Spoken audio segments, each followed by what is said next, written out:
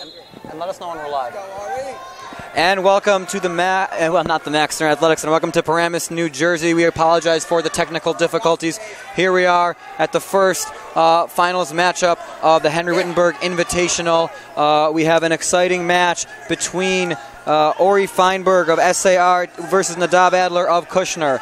Avi, what has happened so far in this match? Okay, so Feinberg got the takedown, and right now he's riding. He's trying to pull a ball and chain. There he goes. He's riding a little bit high. Guy on bottom's trying to get out. Almost got to stand up. Yeah. Feinberg is still riding pretty high. He's trying to run a cradle there. It's not really going. Let's see what's going to happen here. Almost a reach back there by Adler. Interesting to note, Avi, that both of these wrestlers currently wrestling in the 106 final, neither of them have placed before. Feinberg is a freshman. His older brother was a Wittenberg champion, and Adler has not placed before for the Kushner school. So it'll be interesting to see, as both of them are finalists for the first time, to see what will happen in this match. So I see still Feinberg is riding a little bit high. He's trying to run that cradle, and it could be a little bit risky, so let's see if he can pull it off. Obviously, one of the differences that people may note at home is that the setup is the room is darkened here in the Frisch gymnasium with the light focused on the Frisch mat here in the center of the room for a very cool effect. That might have perhaps, though, effect on the performances of the wrestlers here in the first period with 27 seconds remaining, and the score is still 2 to 1. There we go. So there's an escape by Adler. Looks like Feinberg let him up because he's probably confident from neutral. So let's see if he can get the takedown. They're both locking hands there, trying to get hand control. There we go. Oh, Feinberg almost got the takedown, but they went out of bounds. So out of bounds in the middle. 11 seconds remaining here in the first period. Avi, what have you seen so far in the match? So, I mean, they're not being as aggressive as I would have liked to see, but right now, there we go. There's a quick shot. And Feinberg is able to get the takedown. Adler takes the low single, but Feinberg able to break the hold, get around, and as the first period ends, enter the second with a 4-1 lead. Okay, Green defers the decision. Right now it's Red's choice. Red chooses down. Smart move. Makes it easier to get points. Adler has chosen down. I think it's a good opportunity to talk about how well Kushner has wrestled in this tournament so far. Oh, and we just saw that Feinberg decided to let Adler up because he feels like he's done very well from neutral so far in the match, and he's going to see what his luck is there. So let's see what's going on now. They're both trying to get a shot. They're tapping at each other. Adler goes in for a shot again. Let's see if he can finish this time. Last time he shot, but Feinberg ended up getting the takedown. So it looks like Feinberg's going to get behind again. So let's see if Adler can finish this. He's grabbed his. Adler gets ahead. Adler's grabbed his head. Could be a little bit risky. Okay. Still no points. No points yet. Looks like Feinberg almost has it here. He's got to get that leg behind if he wants to get his points. He's close, but he needs to get control. He's almost there, but he hasn't got the points yet. Adler's holding on to that leg hard, but and a lot of fight by Adler. It was a close stack almost, but not quite. Feinberg was able to almost put Adler on his back, but more importantly, get around for the 2 points and for what I believe is a 6-3 lead so far in the match. Okay, so right now Feinberg is riding. He's riding high again. I'm not sure what he's trying to work for here. He needs to.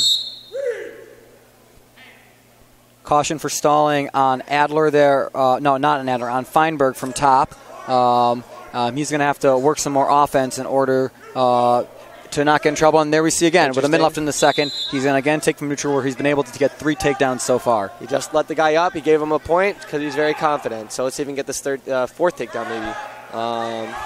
And Adler's the one who keeps on taking the shots, but he's having trouble finishing them or moving them from beyond the mat. Yep. So let's see right now. It looks like Feinberg's going to get this takedown again if he can get that leg behind. Yep, it looks like, he got the points. Feinberg got the takedown once again. So we are at a point right now where the score is 8-3 in Feinberg's favor, a commanding 5-point lead with 30 seconds left in the second period. Adler just keeps reaching back, which is very risky. If Feinberg could capitalize on that, he could go in for an easy pin. But let's see what happens. Definitely. And we're seeing he's a very tough rider from top. The only way that Adler's able to get up is when Feinberg lets him up. But then what happens immediately afterwards is, of course, Feinberg again takes him down. I think that Feinberg is getting a little bit too high, so that's why it's hard to break him down. So he's tried, but he can't break his base down because he's too high up. So he's trying to run a risky cradle, very risky cradle. but nothing comes of it. And the second period ends with the score of 8-3 in favor of Kfir Feinberg as we enter the third period. It's Feinberg's choice. He chooses bottom. Avi, what do you expect to see here in the final period? So, Feinberg just chose bottom. So, I mean, right now, Adler hasn't been on top yet. So, hopefully he's got something up his sleeve from top. Let's see what he has. And he hasn't had anything from bottom. But and we know Kushner is very capable from that position. Right. So right now we know SAR is going to try to, they're going to try to ride out and just get their points, their win from points. So I think that Adler's going to need he might need a pin if he's going to want to get this win. So he's got to be very aggressive. He's riding a half. He's got a block on the left arm. That could be good. Feinberg's blocking it pretty strong, but Adler looks like a strong guy, so let's see if he can finish this. Not a lot of action right now from Feinberg, but again, he has a 5-point lead. It's worthwhile to note that the story of this tournament really is risky cradle going on right now, and it looks like Feinberg just escaped from that. Feinberg gets the reversal, is up 10-3, lets him up, and now the score is 10-4, and another quick shot by Feinberg. Looks like that could be the match unless Adler can pull something ridiculous out right now. Definitely. Feinberg is keep on taking him down, letting him up. Adler needs to be very aggressive right now. The only thing he can get to win is a pin. He's got a minute left, so he needs to be very aggressive. And these guys are wrestling a little risky. I've seen a little bit of sloppiness so far. There's been some reach backs, riding high, dangerous moves, high cradles. Feinberg lets him up again. He just knows that he's got control from neutral. Oh, there he goes. He might have him on his back right now. Yeah, beautiful takedown. Feinberg's got him on his back. Let's see if he can finish for a pin. Perhaps he can finish for a pin, and if not, we're getting closer and closer to a tech fall here, Avi. We're seeing a really dominant performance by Feinberg. The first-time place winner. Perhaps about to become a first-time 18-7 right champion. Now. So an 11-point lead for Feinberg. Let's see what will happen now. Really dominating this match so far. Feinberg just needs to ride it out for the win now. He shouldn't try anything risky, you know. I guess don't stall. I wouldn't have even let him up right now. He's just so in control. But there he goes.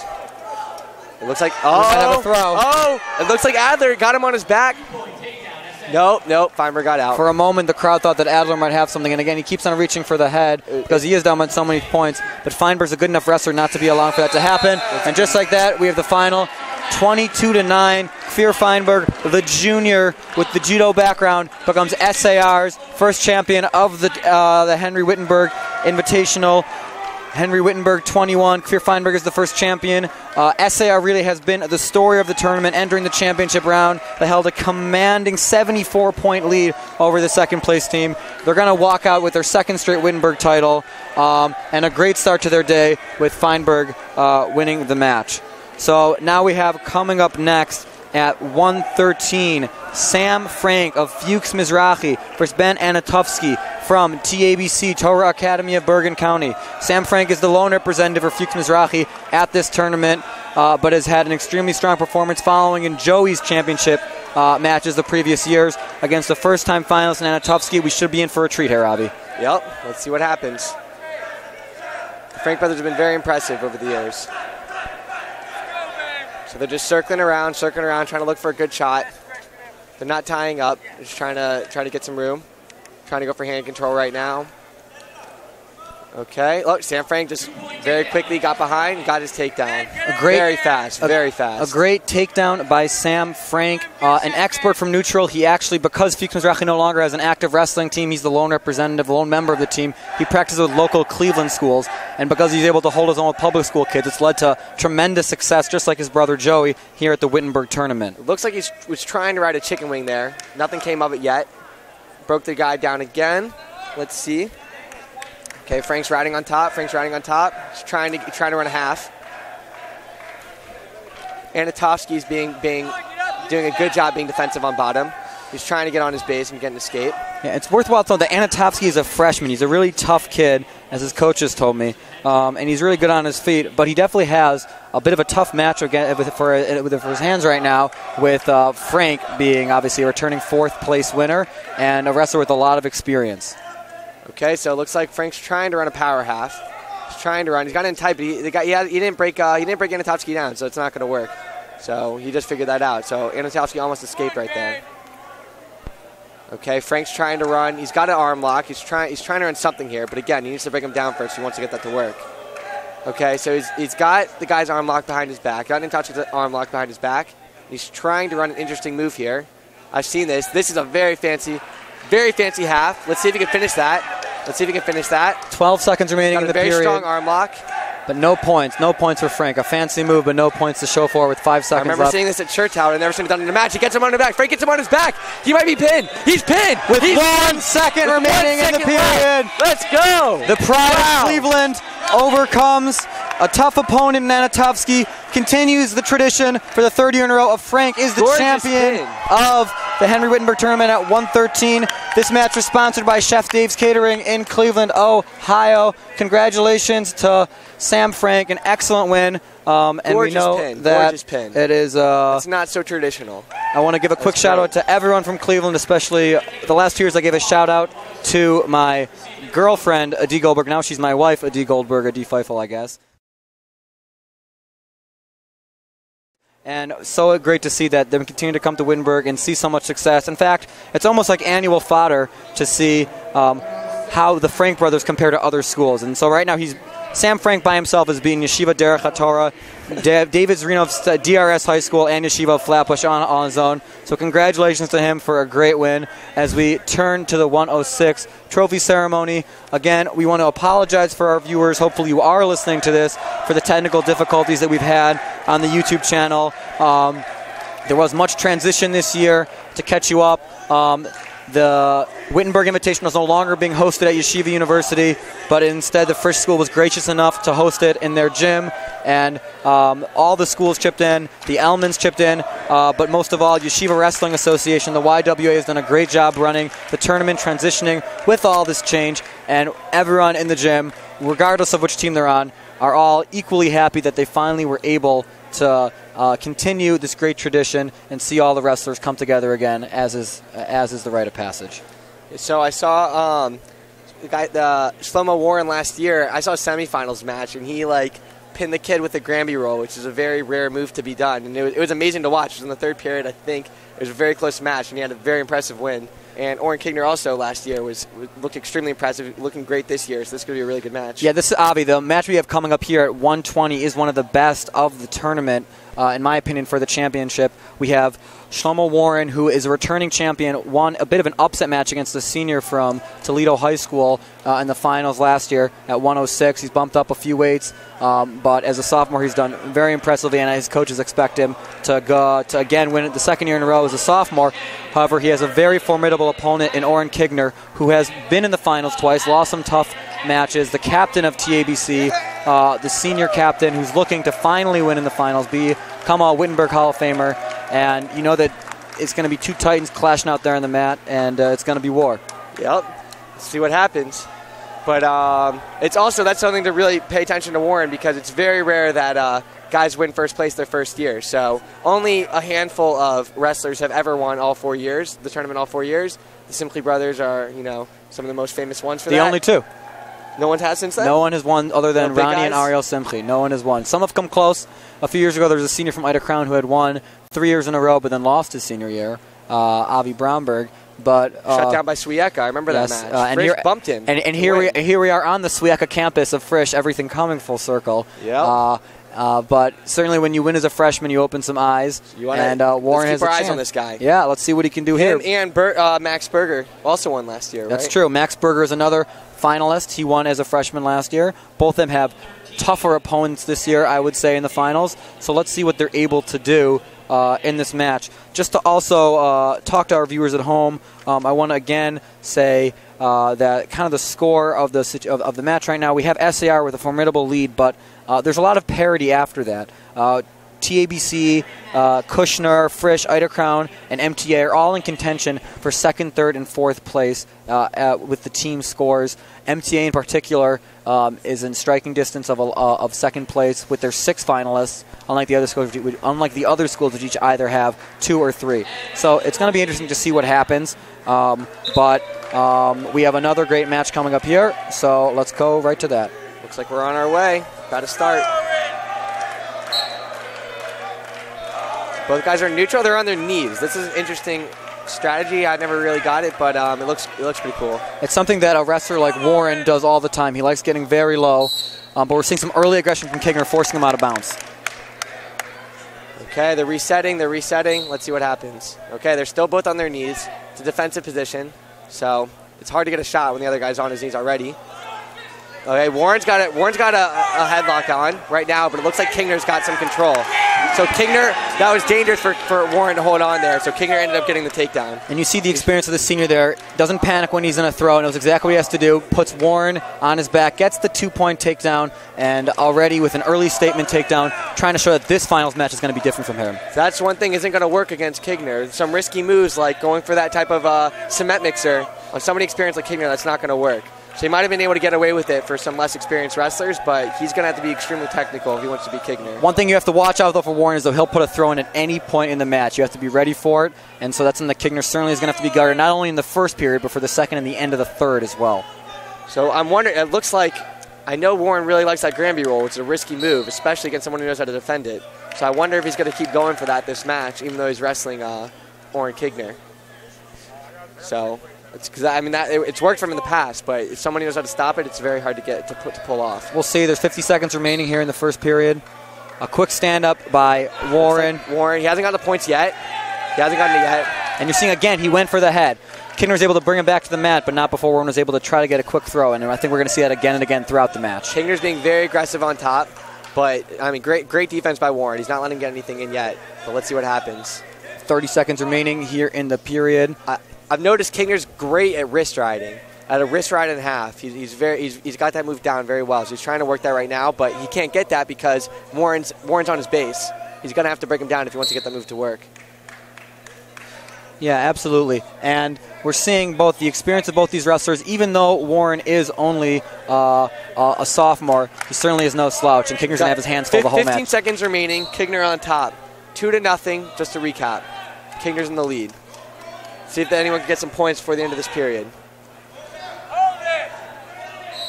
Very impressed with the ability of Kingner to keep Warren down with 5 seconds left in the match. Again, holding a 2-0 lead. But Warren has a very explosive stand-up. He's coming up right away, but Kingner, with his strong grip on him, is not allowing him to get free. Let's see if Warren can get a quick point before the end of the period.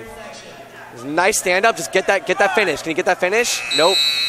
But great attempt. Great attempt. And even with 3 seconds, Warren still goes for the throw, and I can bet my bottom dollar, Avi Steinberg, that we are going to continually see him going for those throws regardless of the score in the match. And these guys are in great shape. They don't look like they're tired at all right now, which makes it better knowing that you're going to get a real match out of them. Well, that's something you get in the Wittenberg finals, a higher quality of wrestling. These are the best guys in the tournament in one of the best weight classes with a lot of returning finalists. Okay, so right now Kingner's on top again, start of the second period. He's trying that wrist ride, but he's having a hard time breaking down Warren. If you can't break him down, he's not going to get anything to run. He's got a very strong grip on the right wrist. He's trying to run the half on the left, but Warren's got great hand control, and he's not letting him get it. Okay, so it looks like right now Kingner is getting a little bit high. He's getting a little high, he's a little sloppy. So let's see if Warren can capitalize. Warren's trying to get his base back. Kingner does not want to let him get that. He's trying to keep those knees down. Okay, Warren's got a base. Looked like he just attempted very briefly. Okay, yep, he just attempted a really quick gable. Did he get it? Or Granby roll. Okay, no, he could not finish to get the points. We're seeing relentless effort on bottom from Warren to get away, and finally he does. Escape, 2-1. After almost 2.5 minutes on bottom, he finally gets a hard-earned 1-point escape, and we're back in neutral. So let's see if Warren can get a takedown now and take the lead.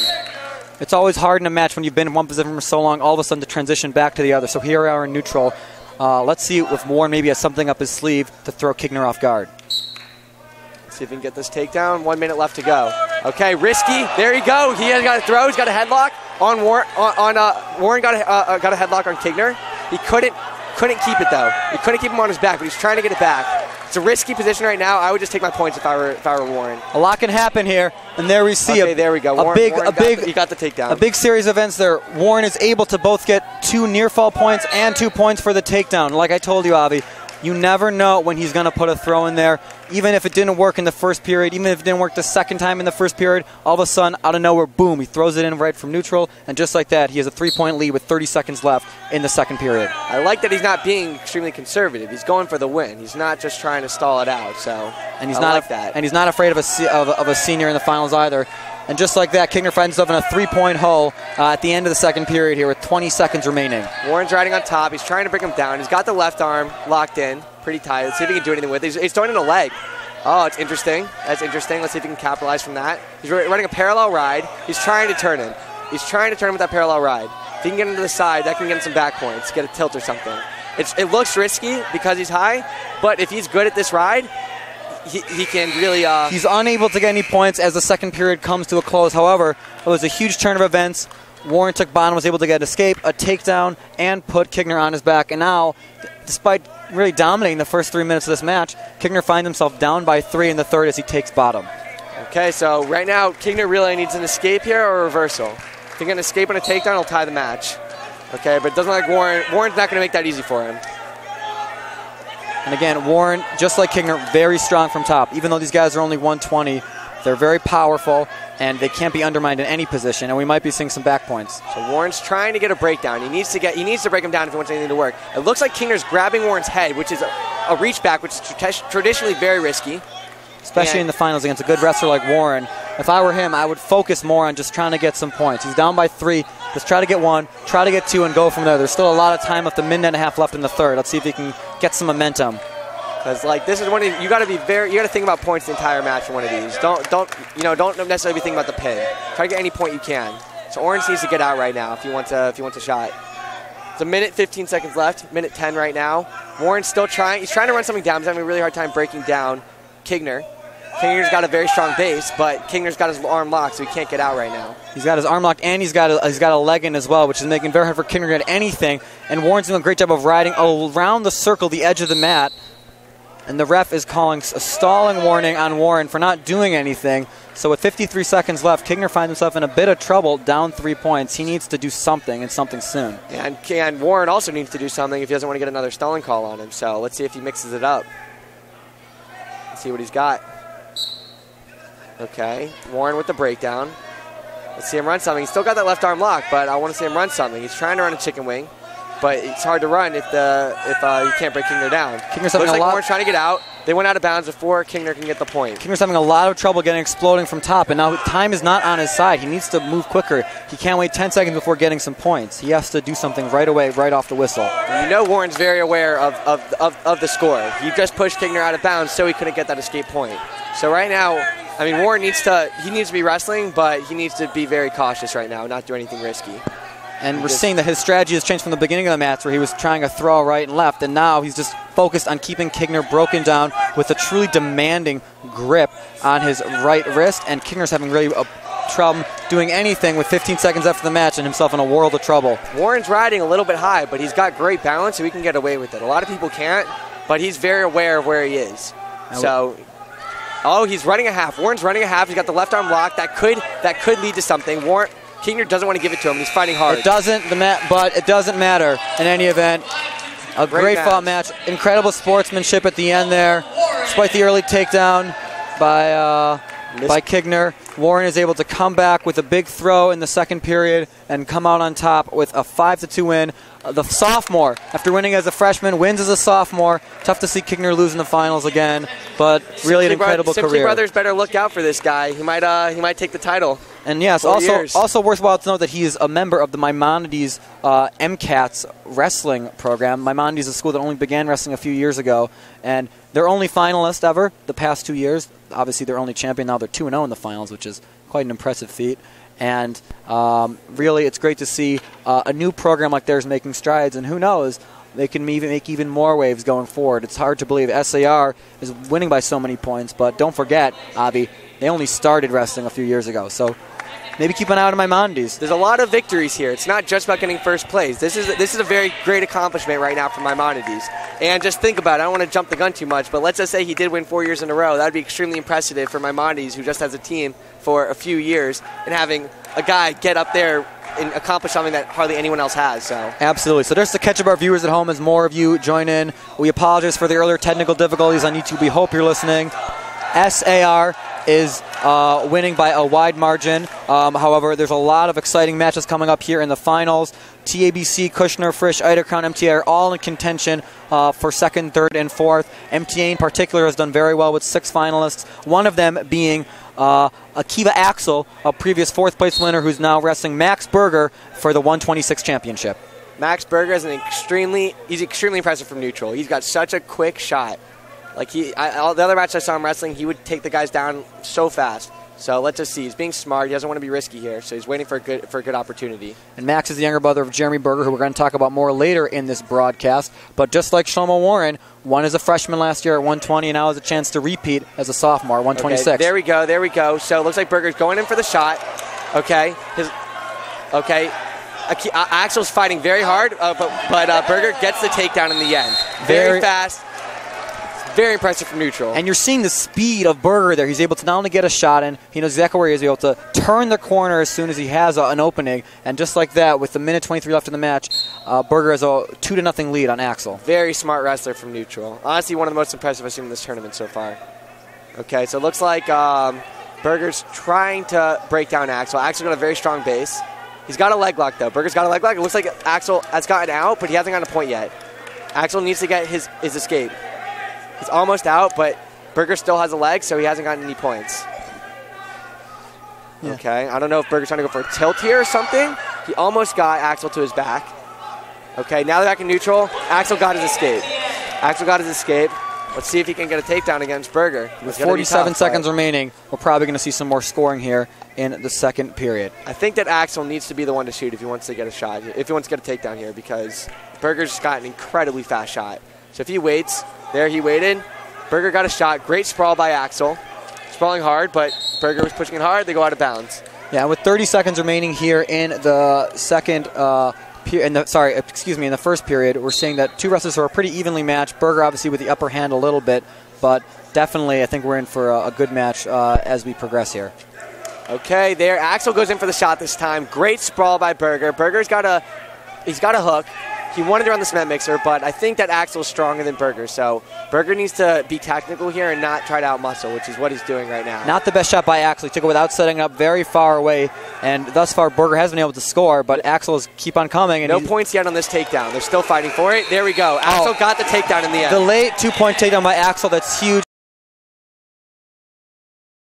He is an upperclassman. It's only his second year wrestling, but despite the early nerves might be getting to him, he might have gotten taken down. But now, just like that, he's able to get an escape, a takedown on Berger, and the momentum might be shifting in his favor as Berger starts the second period from bottom. Axel takes the lead. Just letting you know, Axel deferred. He had decision for what position to choose. He deferred, which is smart. He expects it to go to the third period, and then he'll have choice then. And Berger chose down because it's easier to score points from bottom. So let's see what Berger has from bottom. Let's see what Axel has from top. We haven't seen this yet. Okay, so it looks like Berger's got a strong base, and Axel is riding a little bit high, but he has a leg locked, which keeps him safe. But I'm not sure what he's trying to run here. Okay, it looks like Berger is up. Let's see if he can get an escape here. Okay, no, he gets slammed down by Axel. No points there, but it got the crowd into it, didn't it, Yeah, impressive slam. That was very risky. That was almost a full Nelson. They didn't call it, but it was very close. Berger has an extremely strong base. It's very hard to turn somebody with a base like that. So there we go. Axel broke him down. He needs a wrist if he wants to run that half. He's trying to run it, but Berger's fighting it hard.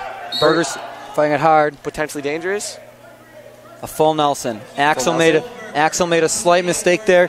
Got the second hand in. You can't do that for the viewers at home. That is a penalty point for... which is huge because that ties the match right now. It ties up the match. It's 3-3 now, and now if Berger can get an escape, he'll take the lead. However, Axel again, there's a lot of time left, a minute 18 left in the second period. Let's see what he can do from top and maybe turn him because he was close there. Seems to be Axel's got strength on Berger, so he needs to capitalize now while he's on top. He needs to break him down, and he needs to run it slow. Berger's got speed on him. He's got strength, so let's see what will happen here. He's running an interesting trying to cross spiral ride, trying to get the breakdown, but Berger's got an extremely strong base. He's had a hard time breaking him down so far. Oh, there's almost a turn there. Berger's trying to switch. He's trying to switch. He almost got out. Not quite. He's trying to stand up now.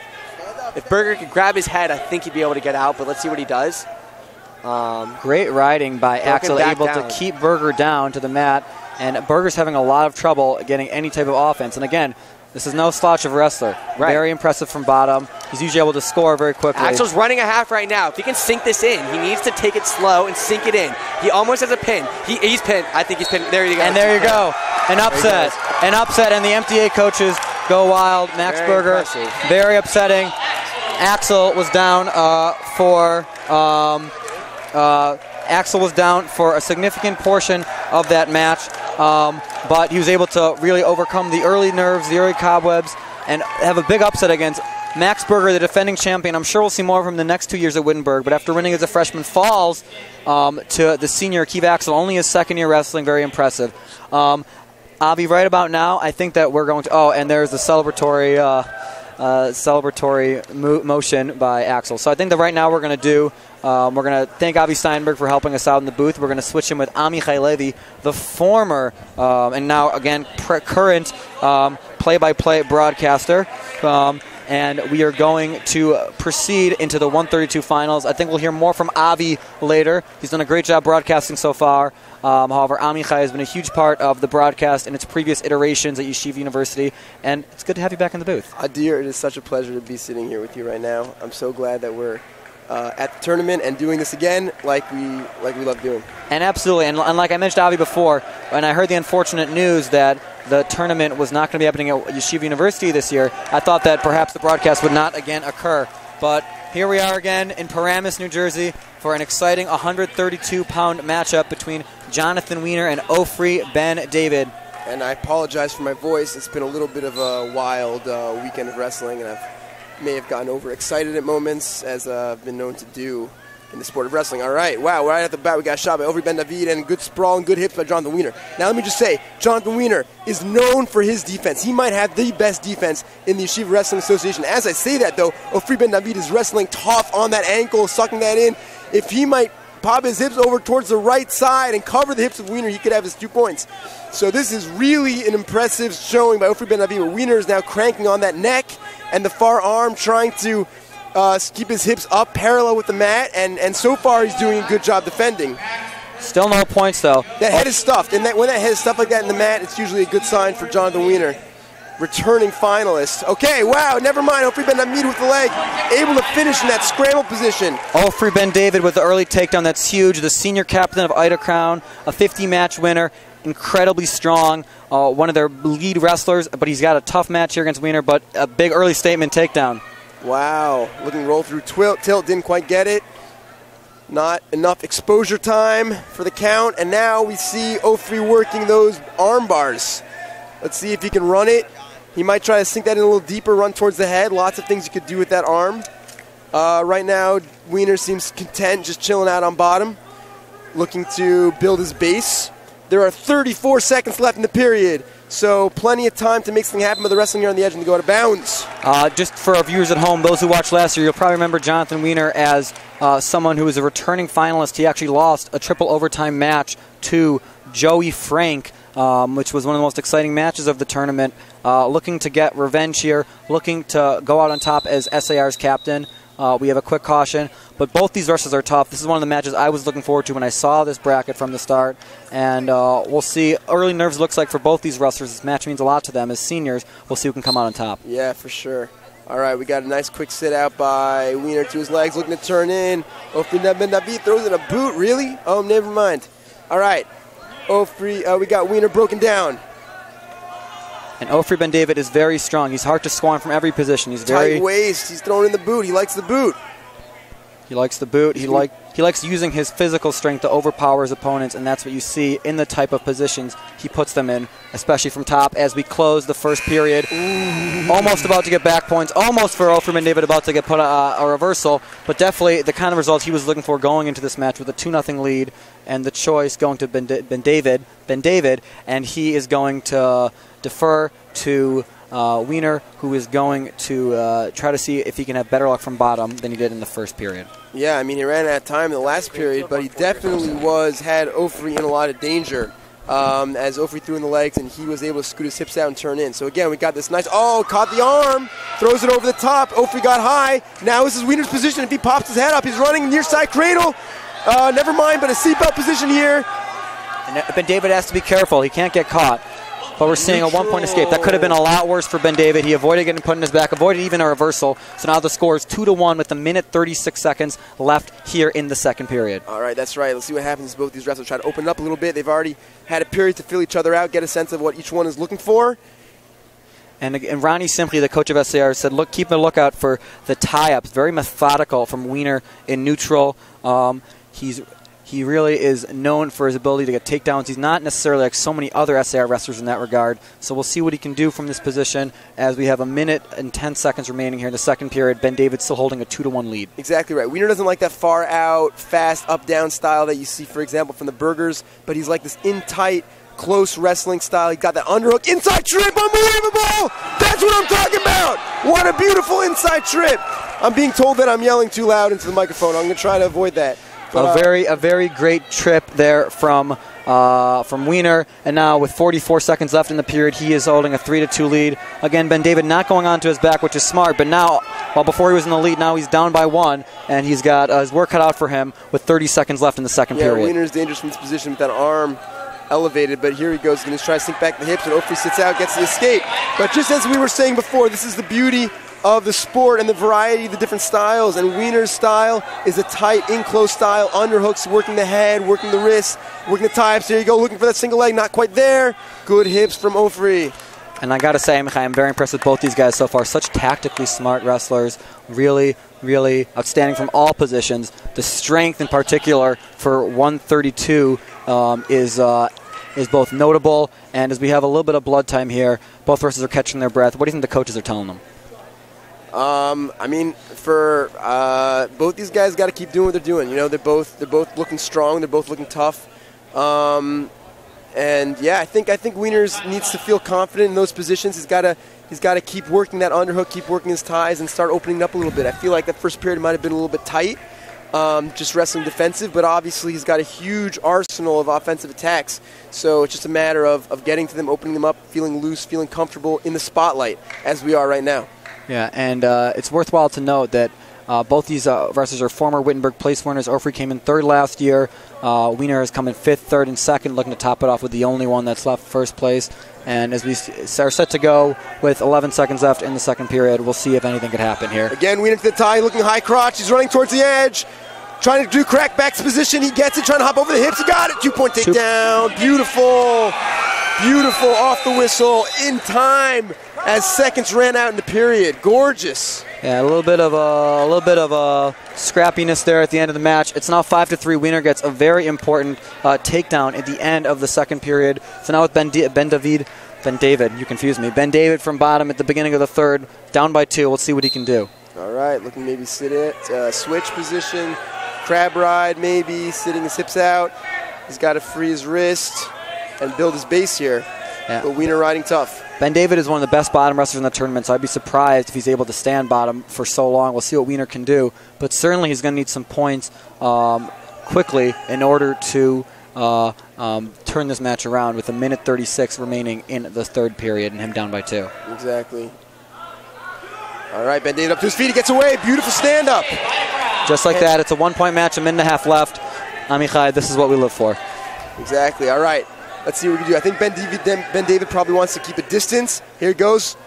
Looks and shoot from the outside. Not enough on it. Too far away. And the hips and defense of Wiener on display there as he gets his legs back and just spins behind. Now looking near side cradle. He looks like he got it. This is trouble for Ben David. Head in the hole for Wiener. Pressuring forward. It looks like he can get Ben David in trouble here. He's got a great grip, but he's not able to put him on his back yet. However, he does have a 3-point lead, 7-4, with 50 seconds remaining in the third period. Ben David is in trouble, and we'll see what he can do in order to try to turn this match around. He needs something big here. All right, and Ben David gets away. So now it's 7-5. He needs a takedown. We'll see what he can do. Wiener's up by 2. We'll see if he can close the match out. 30 seconds left. Wiener tapping the head. Does Ben David have one more takedown left? Those shots do not look like they're going to work against such a strong defensive wrestler as Wiener. Ben David's got to get his motion going. 15 seconds left. He needs to shoot. There we go. Shot by Wiener from the outside. Doesn't even need the takedown, but goes for it anyway. 10 seconds. Ben David has to shoot. Looks like he's not totally aware of the situation. And he unfortunately might fall a little short. Half a shot there. Front headlock position by Wiener, wrestling on the edge. Wiener probably feels comfortable, and that's it. That's the match. The celebration, perhaps a little excessive by Wiener. A close match, very exciting, but he's able to come out on top with a score of 7-5. Happy to see a senior win his last match like that. We're about to go to the 138 finals. Before we do, again, we apologize again for the technical difficulties. I want to catch our viewers up at home with all the exciting Wittenberg action we've seen so far. At 106, we had a great match where Ori Feinberg defeated Nadav Adler. And 113, Sam Frank beat Ben Anatovsky. At 120, Oren Kigner was defeated by Shlomo Warren, winning his second straight championship. At 126, Akiva Axel upset Max Berger. And at 132, we just saw Jonathan Wiener in an exciting match beating Ofer Ben David. And now, again, SAR has a pretty significant lead, but many more exciting finals matches to come here at 138, and all the more so at 145, which we'll talk about in a second. But first, the 138 match between Rafi Chernoff and Leo Weiner, not Wiener, Weiner of SAR, of no relation, is actually a rematch of the 132 third-place match from last year. Both very, very impressive wrestlers. Chernoff a junior, Weiner a senior, I believe. I think Chernoff won last year, and we will see what happens, Amichai. Yeah, I'm glad you got these names under control, because those are always tough. Chernoff, actually the younger brother of Chaim Chernoff, a previous Wittenberg champion for Ida Crown. And as Leo Weiner is looking again as a junior to win, he has a tough bout here, and we'll see what happens. All right, here we're probably going to see the standard, what SAR style is known for, this fast hands, up, down, lots of motion, which I really love to see. Chernoff looks like he's keeping just a strong, sort of staggered stance here. Chernoff is a bit of a funky wrestler, so you never know exactly what he's going to pull. Oh, I love that. Nice high crotch dump attempt right there, Leo Weiner. No finish yet. He's got a hunt for the head, maybe. He's close to finishing, got his head out. Takedown, 2 points. Now running the half on the left side. 2 points awarded to Leo, and that's big because, again, especially when you're facing a guy who's beaten as they go out of bounds, especially when you're facing a guy who's beaten you before, it's very important to try to score early and score often. And here he has a 2-0 lead with 1:20 left in the first period. Chernoff switches his hips out off the whistle. Back to his base. If it looks to our viewers at home that there's an SAR wrestler in every match, or just about it, there's only 14 weight classes, but 10 SAR wrestlers in the finals, and that again has been a significant part of their ability to win their second straight Wittenberg title. Weiner hasn't broken down flat on the mat. Chernoff trying to build his base. Weiner seems to have an arm bar on the left side. That could be very useful for him. If he's able to get perpendicular, run his hips to the left. Oh, what do we see here? Sit out, maybe, switch? Oh, all right. Chernoff's in trouble. That's it, whip over by Weiner, but not able to keep Chernoff on his back. Chernoff rebuilding his base. Chernoff almost got the points there, but thankful, I think, that he wasn't putting his back. And again, with 35 seconds left, the match is still 2-0 in favor of Weiner. All right, methodical top wrestling here by Weiner, looking half Nelson. Oh, never mind, not half Nelson, controlling the wrists. Looking cradle now, far side cradle, nothing there. Chernoff looked like he got in on the leg in that scramble position. And it's important that with 20 seconds left, Chernoff has to score something. He's still on 2-0. He's come close twice to getting a point. It's very important to at least get an escape here going into the second period as he's down by 2-0. Definitely, be a big, big change in momentum to be able to get it. But Weiner riding really tough here. Nice deep, tight waist, far ankle. That's a solid ride. Trying to break that hip down. Now Chernoff controlling the wrist. Trying to get his hips away. We're down to just 2 seconds. And with that, the period ends. And I'm sure that's exactly what the coaches of SAR were hoping for from Leo Weiner in the first period. Looking very strong, as many of the wrestlers have been. And it is the deferral of Weiner. Chernoff's about to take bottom. I just want to make a quick plug here, Amichai, for the YWA. Some thinks it stands for Yidden with Attitude, but it actually stands for the Yeshiva Wrestling Association, and they've been crucial in making this tournament happen despite all the transition and the drama of this year. So please go to yeshivawrestling.com, perhaps even make a donation. The tournament costs a lot of money, and it wouldn't have happened with all the efforts of all those involved. But now we have some problems for Chernoff. Well, Weiner able to run the half, get Chernoff in a lot of trouble. Chernoff looking to bridge out. Ooh, reverse half Nelson here by Weiner, looking for the pin. Looks like he might get it. He's got a very strong hold on Chernoff, and he's in a world of trouble trying to get out. Plenty of time, minute 25. Again, half Nelson. Very deep. Weiner needs to be chest on chest here. Ooh, Chernoff able to get back to safety. Fighting for his life. He's down 5-0, but for a moment there I thought he might be done. And now he's down by 5 points, and he's going to do everything he can to turn this match around with 1 minute and 7 seconds remaining. And Adir, I just want to affirm what you said about, I know we both know firsthand the sacrifice and the dedication that the people who've made this tournament possible have done, and their unbelievable commitment. All right, here we go. We got headlock position by Chernoff. He's got Weiner in a bit of trouble, but Weiner got his head out, and now he's on top again. So I think that's no change. The score is 5-0. We're seeing a lot of effort by a lot of these wrestlers early on trying to go for heads in these finals matches. I'm a little surprised. I think that Chernoff should really here just focus and maybe trying to get some points. But now instead, 30 seconds after the match, he's down by 2 and maybe more. Ooh, ran that half. Again, Chernoff in trouble. He's done a good job of fighting off his back so far and continues to do so as they go out of bounds. Just 23 seconds left in this second period. 7-0. Chernoff looks a little shell-shocked, but Weiner, again, looking very confident, looking like this is his match to win. And we're seeing he's putting forth all his effort in building up a significant lead. All right, suck-back attempt here by Weiner. Chernoff's got good hips. Looks like he should be able to sit out. Not quite. Weiner gets behind again. Time, 10 seconds left. Second period. Crossface here by Weiner, looking for a way to continue his dominance here on top and break Weiner back down. Sorry, break Chernoff back down. But the period expires, and we will go into the third. 7-0 Weiner's lead, and I can't be more impressed with what he's done so far.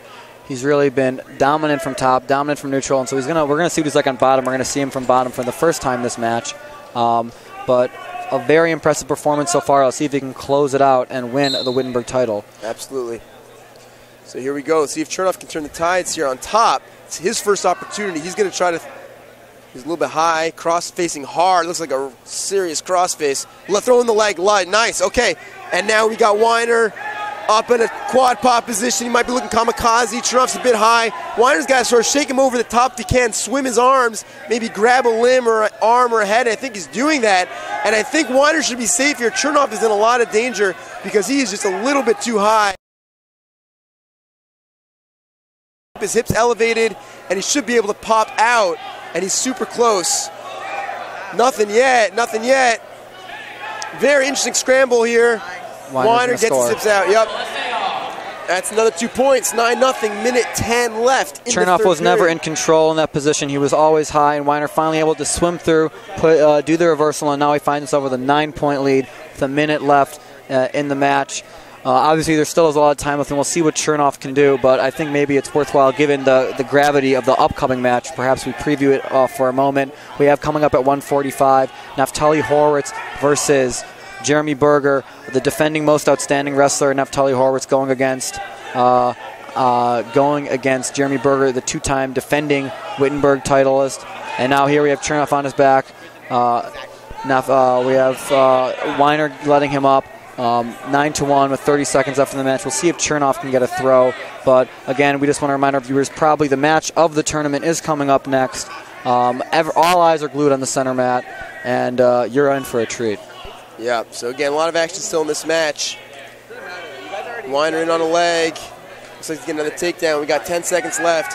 And I do want to follow Adir's lead and start transitioning to the next match, because if you are a fan or have any association, with Yeshiva Wrestling, then you probably know who Naftali Horowitz is. But before we get to that, let's first congratulate Leo Weiner on a great finals win versus Rafi Chernoff. Second Night of Crown finals. Unfortunately, neither of them have gotten the result they wanted, but enough said about that. Let's talk about the big event. Yeah, I mean, I lost my mind last year at the match between Naftali Horowitz and Kobe Kessler. The upset of the tournament. It turned out that, and actually Coach Carlos of MTA said that it was a tough act to follow, with Naftali winning the most outstanding wrestler. But really, he's only followed up this year with an incredible season. He's actually defeating a former rival of his who's won private state championships in New York 3 times. An incredible wrestler. I know you have experience wrestling him. But more than that, he also has a huge challenge, perhaps, versus Jeremy Berger, who, for those who remember hearing the name, came in second place his first year at YU at the Wittenberg tournament, then beat the person who beat him, Robert Elsass. The next year as a sophomore, came in first, and then last year again came in first.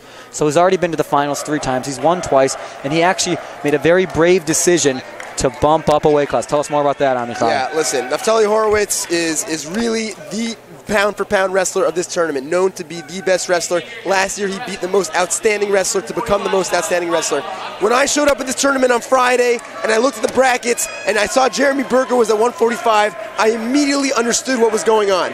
But to confirm my impressions, I went over to Jeremy Berger, I went over to his coach, and I asked him, what's going on? Jeremy Berger's a 138 wrestler, why is he at 145? And the answer that I got is because Jeremy Berger wants to wrestle Naftali Horowitz. These are the two contenders for the pound-for-pound wrestler spot. And just the fact that Jeremy Berger got here wrestling guys with a 10-pound weight difference at least, often more, is incredible.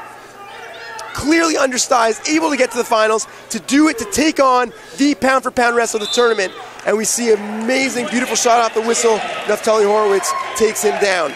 Yeah, and you can see the size differential. You have to give credit whatever happens to Berger. He probably would have won the 138 weight class to bump up, take on Horowitz, see what he can do against perhaps the best wrestler in the tournament, maybe score an upset. They've faced earlier in this year. Horowitz had a commanding 14-0 lead before pinning Berger, but Berger's convinced he's going to have a different result this time. However, Horowitz has found himself in an early 2-0 lead. Exactly. I just want to emphasize, like, that's the beauty of our sport, because it's no question that Berger could have walked through this tournament.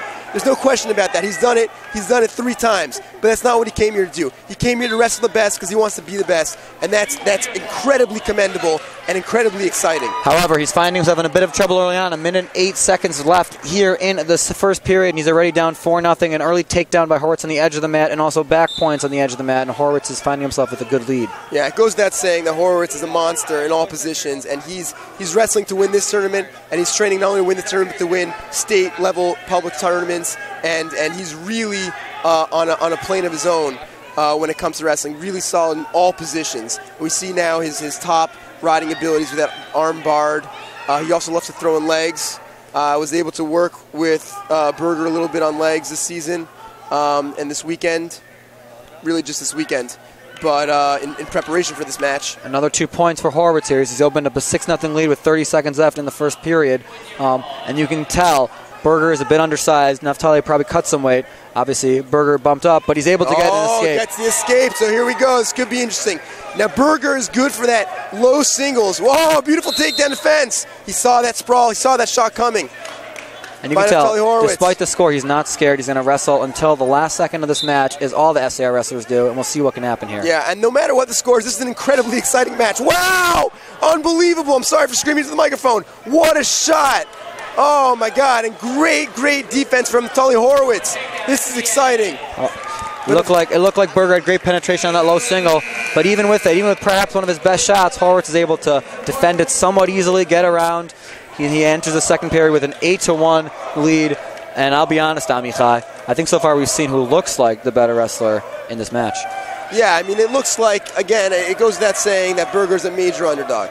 But I think at this point, as a fan of the sport, I just want to see what Berger can do, and I just want to see. He came here to wrestle, and every time that he gets in deep, or it's just what this is all about. It's incredibly exciting. All right, we got an injury time here. He's bleeding from the mouth. That was a very good shot. It looked like he was. Ooh, there was a little bit of bleeding from the mouth or from the nose. He'll be okay, but.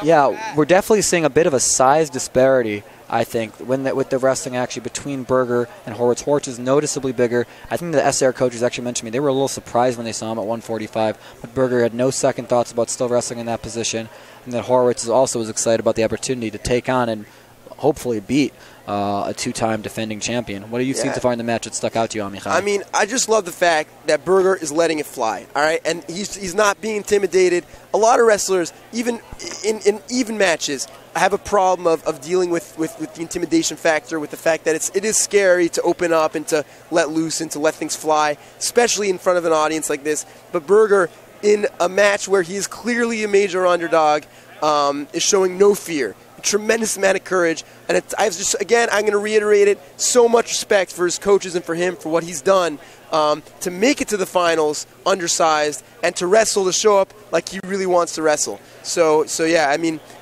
we've seen great shots from him, and I think he's super close to finishing. He's just got to deal with the amazing funk and agility of Natalie Horowitz, who is so strong in those positions where a guy is in on his legs and he just is able to twist out of it or pass the leg or something like that.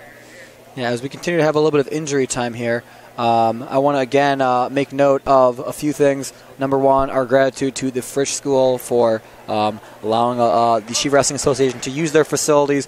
There are 4 schools actually gave mats in order for the tournament to happen. MTA and SAR are the 2 schools who are being wrestling right now, being 2 of them, in addition to TABC and Frisch. It's really been a great tournament. In fact, there were 4 mats, which has allowed us to finish the tournament on a Sunday night instead of Monday night, as has been the case in previous years.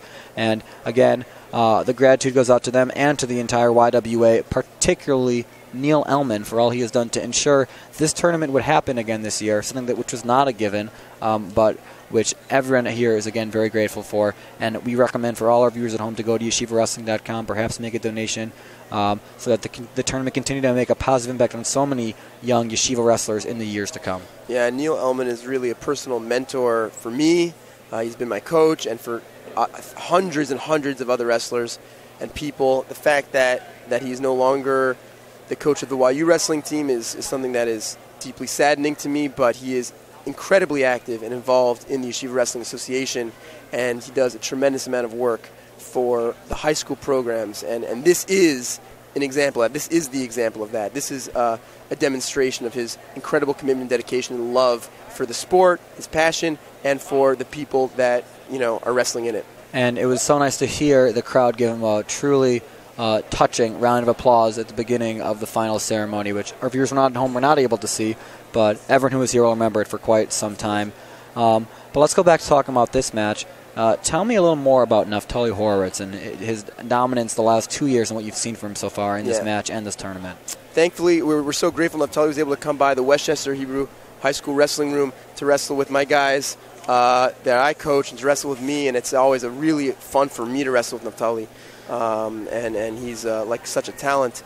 And he's a guy who trains at MTA. He has incredible coaches, the MTA coaches, and he has an incredible support and his teammates. But he also finds ways to train outside of MTA. He finds other avenues and gyms, and he finds the tournaments and competition that most Yeshiva wrestlers don't find or don't have access to, because he's really seeking out the best, just like Jeremy Berger is here too. And so, yeah, it's safe to say, I think all of us coming to tournament assume that he's really on another level. We're seeing a bit of that now. And I told Jeremy Berger before the match, you got nothing to fear. You got nothing to be nervous about. You're the underdog. That's where you want to be. You want to just make things happen, make the crowd excited, do your thing, and no matter what happens, you're awesome. And so that's where we are. And it goes without saying, I think also for all the younger wrestlers here, that both these guys are such hard workers. I think that no one can question their work ethic, and that's why they're the leaders, the captains of their team. And so it goes to show that if you did okay this tournament, maybe you didn't get place as high as you want, maybe you didn't place at all. If you work, these guys weren't exactly doing crazy things when they were first freshmen either. But when you work hard, you put in all the effort, anything can happen. And now after a bit of an extended break, let's get back to wrestling from neutral with the score 9-1, a minute 44 left in the second between Horowitz and Berger. Yeah, so I don't know. I'm thinking Berger might want to make a bit of an adjustment on that shot. He's able to get in and gotten twice, but Horowitz's ability to spin out of that has just been really strong. But this defense here by Berger is super impressive to me as the Horowitz gets his motion going. Beautiful shot again. That spin move, Berger's got to keep it. Okay, this is really interesting scramble position here. But Horowitz passing the leg, showing his dominance in the scramble positions, again is able to score. The score now 11-1 with a minute 15. And the anticipation of Horowitz is great, and as quick as Berger's shot is, immediately he's able to get around. Immediately he's able to find him, spin around him, and just like that, it's 11-1. It's a 10-point lead. Berger's best efforts from neutral, that low single, it's just not working because every time he gets it, Horowitz is able to get around him and find himself on top. Yeah, so it's got to be a big disappointment there not to have it yet. But now he's on bottom, and he's got to watch out for all the really impressive attacks that Horowitz has on top. Incredibly versatile on top. Right now we see him barring the arm and a tight waist on the left side. He's probably going to look for a tilt here. He's probably going to sit through on his right. All right, regrouping behind the hips. Now Berger got to stand up going. He's trying to get his hips away, free his hands, and he's super close. He's close, running. Oh, man, Naftali Horowitz missed the trip once. got a lift and a return the second time. And with 40 seconds left, we're again seeing how the weight advantage is probably paying in Horowitz's favor. He's able to really, obviously, in addition to all his great skill, his ability to overcome Berger and be able to keep him on the mat has been the story so far. Here we go. We got tilt from the wrist ride. Berger's giving up back points, looking to turn into Horowitz and get his hips away. Kicks out, recovers to his base, 10 seconds left. Building his base here. 14-1, 5 seconds left in the second period. Cradle, no, ball and chain position by Horowitz, not enough. And Berger was building his base, but Horowitz has been building his lead. And just like that, he's up 14-1, a commanding 13-point lead in position perhaps to tech fall or even pin Berger as we begin the third period. Probably not a position Berger has been used to. And Naftali chooses neutral, looking for a takedown to win this match by tech fall. Yeah, and I personally wrestled up weight classes before, and it's not fun, believe me. And if win or lose, it's like carrying a lot of extra weight on your shoulders. And there it is on the edge of the mat. Horowitz is able to keep both feet in, get the tech fall, an impressive win. Perhaps he will repeat as most outstanding wrestler. I think everyone in the gym should recognize the great skill both these wrestlers have, how much they've given to the tournament these past 4 years. And it's great to see a great fight and Naftali Horowitz go out on top as a very impressive champion at the 145 weight class. Really nice. Hard to top that. Applause from the fans, from the coaches, from the wrestlers. And a recognition of a great career by both these guys. Absolutely. One of the coaches of MTA, Jonas Stroma, a former standout of their program, mentioned that he thinks that actually there's a chance for Naftali to perhaps even wrestle in Israel on the Israeli team. So that would be something definitely to watch. It's great to see Wittenberg alumni do big things, and he has a lot to be proud of what he's done the last 2 years. Nothing short of remarkable and dominant. Indeed. All right, who we got next? We got another great match coming up here at 152. Don't just because the highlight of the day is done doesn't mean that our viewers at home should tune off the telly. We have at 152. We have Josef Kurlancik of MTA versus Matthew Jacoby of Ida Crown. Ida Crown's last finalist, hoping to get at least one champion. Kurlancik is a returning finalist who lost a tough match last year in the finals, while Jacoby is previously come in third. Another one of Ida Crown's strong senior class who's looking to get hopefully at least one champion. And both 152-pounders, both having very impressive seniors. Jacoby, a regional champion, the only one of Ida Crown. Ben David actually would have been a regional champion, without having to forfeit to a girl in the first round. Something I forgot to mention earlier. But this should be a good match. Kurlancik's a very emotional wrestler. Let's see what we have going on. All right, here we go. As we move up the weight classes, the styles change a little bit. Might see a little more methodical work, a little bit less up, down, fast hands, fast feet, but you never know. All right, so far these guys just feeling each other out. Now we got a shot from Jacoby from the outside. Almost got to pop his head out here and spin behind. Okay, Kurlancik wants that wrist. He might try something funky, Naftali Horowitz style, if he wants to pass that over his head, roll over his right shoulder. Jacoby almost has control, but Horowitz grabbing onto that ankle. Dangerous positioning. And that's great. That's exactly what Kurlancik wanted. His coach was yelling, don't let go of that ankle, and he did it. Especially because Jacoby had such a deep shot, but you have to think with a minute 20 left in the first, Jacoby's going to go for a similar tactic here as he tries to get the first takedown. And we are still scoreless. Fakes by Kurlancik. Jacoby just circling, looking for an opening. Oh, fake top. Half shot by Jacoby, not enough on it. Kurlancik saw it through and through. He's probably going to have to set something up in order to be able to get those 2 points. Yep. Kurlancik tapping the head, shot by Jacoby from the outside, not enough. Kurlancik's able to block those shots off pretty easily so far. Okay, wow. Ooh, Kurlancik almost had that re-attack. He was in pretty deep on the leg, but decided to let it go. And they're neutral again. And we're seeing Jacoby not being afraid to take shots from very deep out. Perhaps if he gets a little closer, he'll be able to finish those takedowns. Not a lot of action here so far in the first. We'll see what happens as the match progresses. 28 seconds left. Fast hands by Kurlancik. Pressure on the head of Jacoby.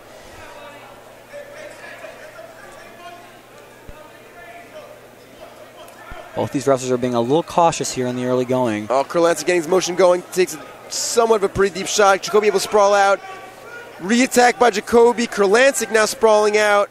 and he wants to get from distance. Oh, re-attack after he pushes him away. He's in deep.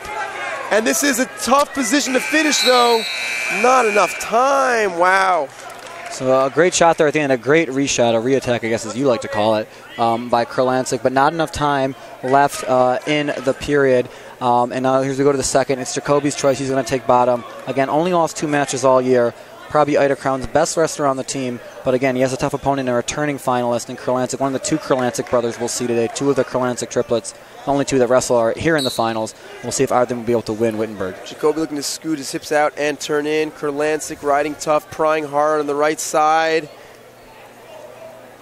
Looks like he's got a claw ride. Now he comes to the leg. Oh, he's got a ride driving the half. Half from the knee is a little bit dangerous, and they go out of bounds. Great riding so far by Kurlancic. Again, both these guys are very strong. Still no score. We'll see what can happen. I'm sure Jacoby will again try another one of his explosive stand-ups.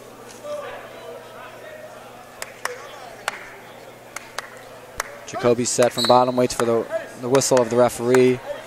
Going for the stand-up, building up a base, a nice tripod there. Going for the reversal, and he's in good position to get it here. Wow, he's now in on the legs, and Kurlancic able to push him off. And they are back to neutral, so that's 1 point escape Jacoby.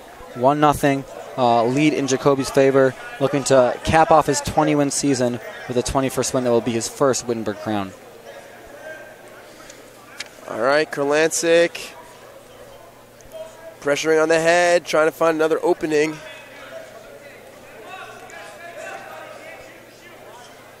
Again, not a lot of action. Both these wrestlers are still very cautious from neutral. We'll see if that continues to play out throughout the course of this match. But we did have a really good scramble at the end of the first. So as 56 seconds, clock ticking, starting to get underneath a minute, we'll see if we can have a repeat. Still nothing yet. 1-0 still in Jacoby's favor with 44 seconds left in the period. Shot by Jacoby, re-attack Kurlancic, re-attack Kobe. Jacoby, re-attack both guys, same time. And Kurlancic blasts through and a double 2-point takedown on the edge, and he pumps his fist.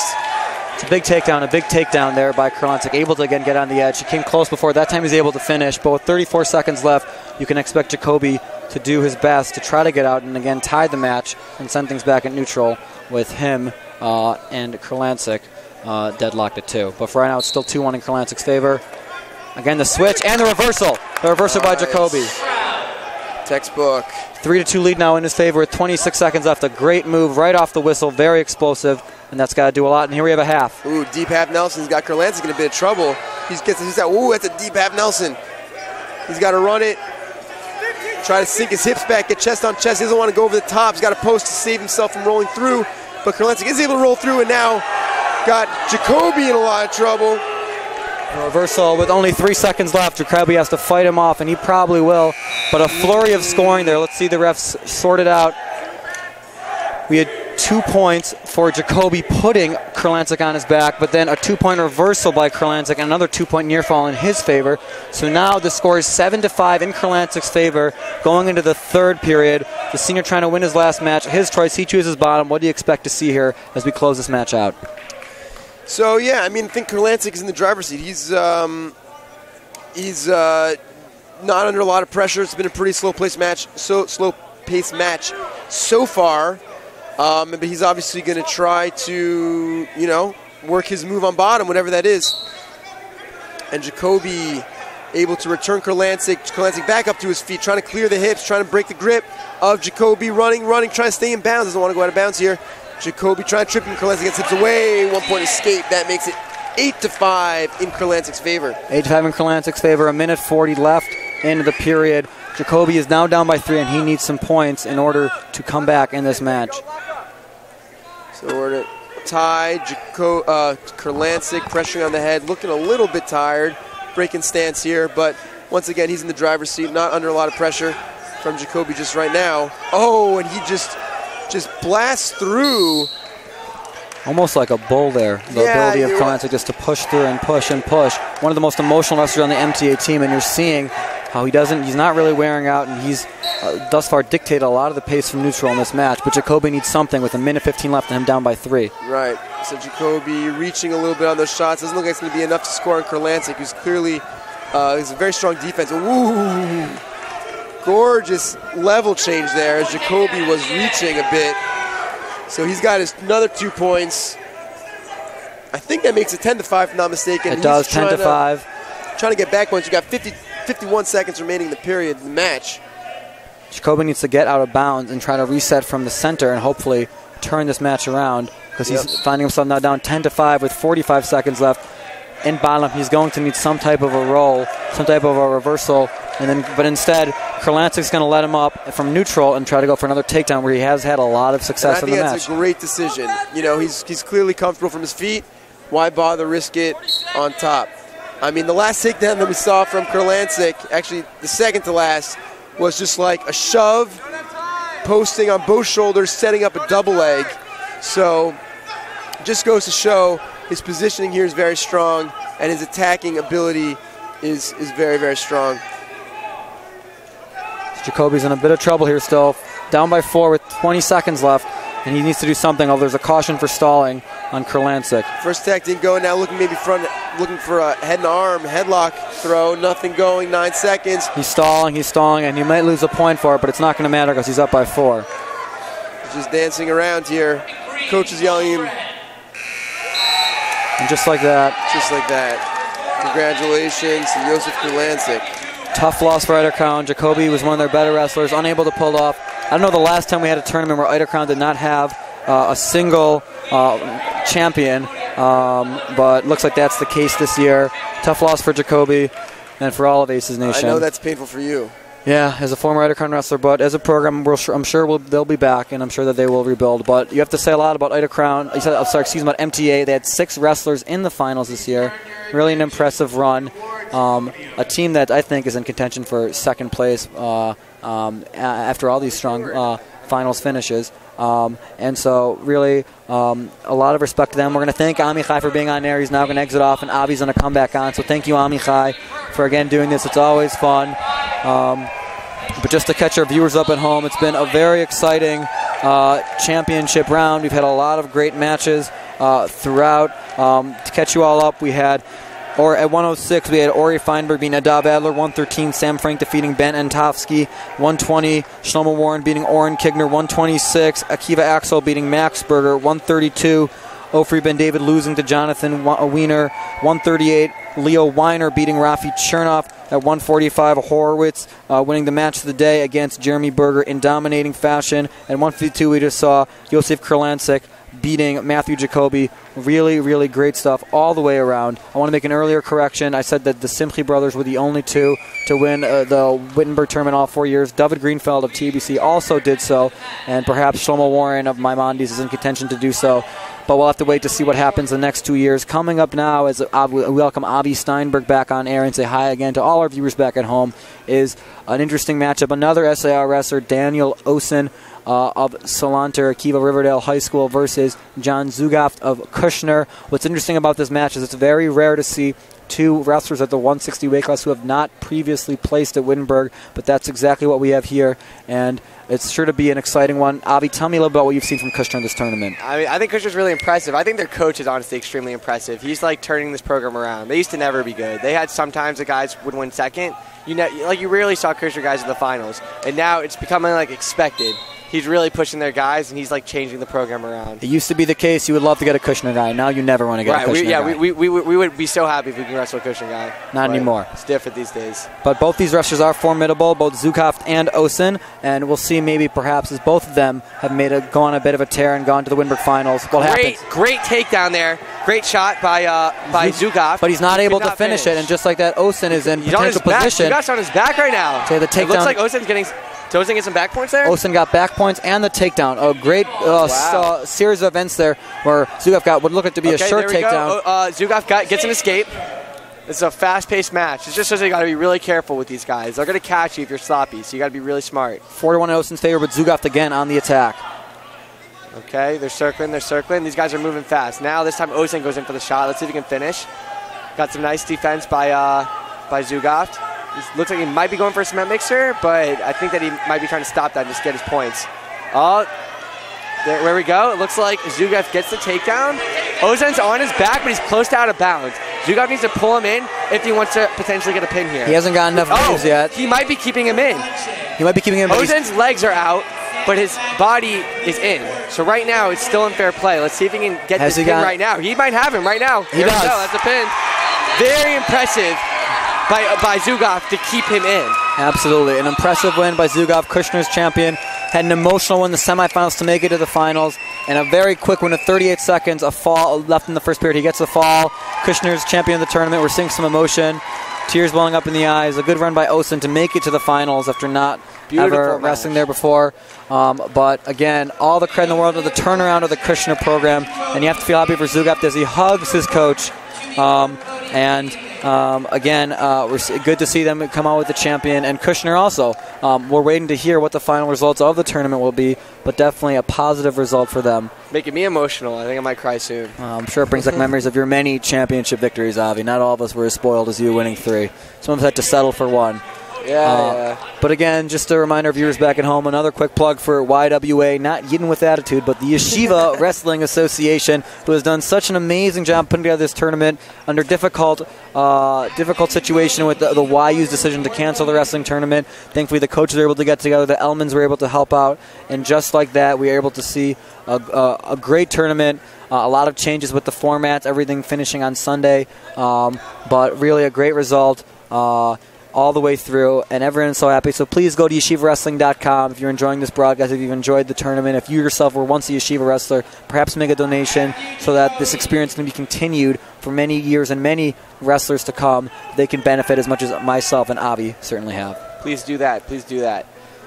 So we have the only RTMA wrestler in the finals right now coming up. We have Max Greenberg, a former 4th place champion from Rev Tights Masifta Academy. Like you said, they're lone finalist versus Yakov Kurlansik, the other Kurlansik at 170. They are triplets. They are 2 boys and another boy. However, that boy attends TABC, not MTA, and he does not wrestle. However, the 2 Kurlansiks that do wrestle, both of them made the finals. Both of them have made the finals in the past. Yosef was able to go out on top with a finals win. And I think that Yakov, with his extensive experience, probably is the favorite in this match against Greenberg, but anything can happen. So I wrestled with Kurlansik a little bit in practice last year. I went to some YU practices and some MTA ones, and Kurlansik was there. He's a strong kid. He's very cognizant of the points on the board, so you can see him try to ride this out 6 minutes. Maybe a pin will happen, but we know that he's going to be very aware during the match. If memory serves correctly from my previous finals matches, he is an emotional wrestler, pumps himself up often by jumping, hitting himself, whatever he needs to do. I'm not sure if he still engages in such behaviors, but certainly expect to see a lot from him this match against Greenberg. On that, they say wrestling 60% mental at least, so whatever gets you in the right mindset. Absolutely. Okay, wow. Right off the whistle, Greenberg goes in for the shot. Let's see. There's straight with the takedown. He's trying to go for a headlock right now, but he couldn't even finish with the takedown. There we go. Way to keep your head right there by Kurlansik. And a more inexperienced wrestler would perhaps be panicked, but Kurlansik able to dust off the cobwebs despite getting a takedown. Not only not getting put on his back, but being able to score the points in his favor. And just like that, it is actually it's 2-2. Greenberg got the takedown, and I guess Kurlansik got the reversal. So with 1:40 left in the first, we're in for an exciting match. Okay, so Kurlandik's on top. He's trying to break down Greenberg. Okay. He's gonna need this right now. Okay, he's trying to ride a little chicken wing right there on the left. Okay, he's got the right arm pinned down. Let's see if he can work anything with this. He's got him broken down fully. Now let's see if he's got to run to the side and try to run a move. Let's see what he's got. He's running on the opposite side. That's an interesting move. It's hard to get good control with that. It doesn't look like he's going to turn him. Okay, there you go. He's resettling. But you're seeing already Kurlansik is very strong from top, and he's doing a good job of keeping Greenberg down with a minute left here in the first period. Greenberg's got a strong base. Kurlandik's not having an easy time with them, getting him down. That's for sure. Very strong base. But Kurlansik is very hungry, and he's out for more. He's riding a little bit high right now, so let's see if he can. He's getting a little frustrated with not being able to break down Greenberg, so let's see what he does about it. But Greenberg's not really getting close to getting up or getting a point, so with 40 seconds left, we'll see if Kurlansik can get the breakdown, and perhaps as he tries to throw a half in, some back points as well. This could work. He's got to run to the side to do it. It's hard to get these moves to run if you don't break them down, and so guys are doing that, and they're starting to realize that. So let's just see. He's got great hand control on bottom. He's not letting him get anything, but he's got to be able to think a little bit more offensive. Let's see. Nope. Greenberg tried to stand up. He's got shut down.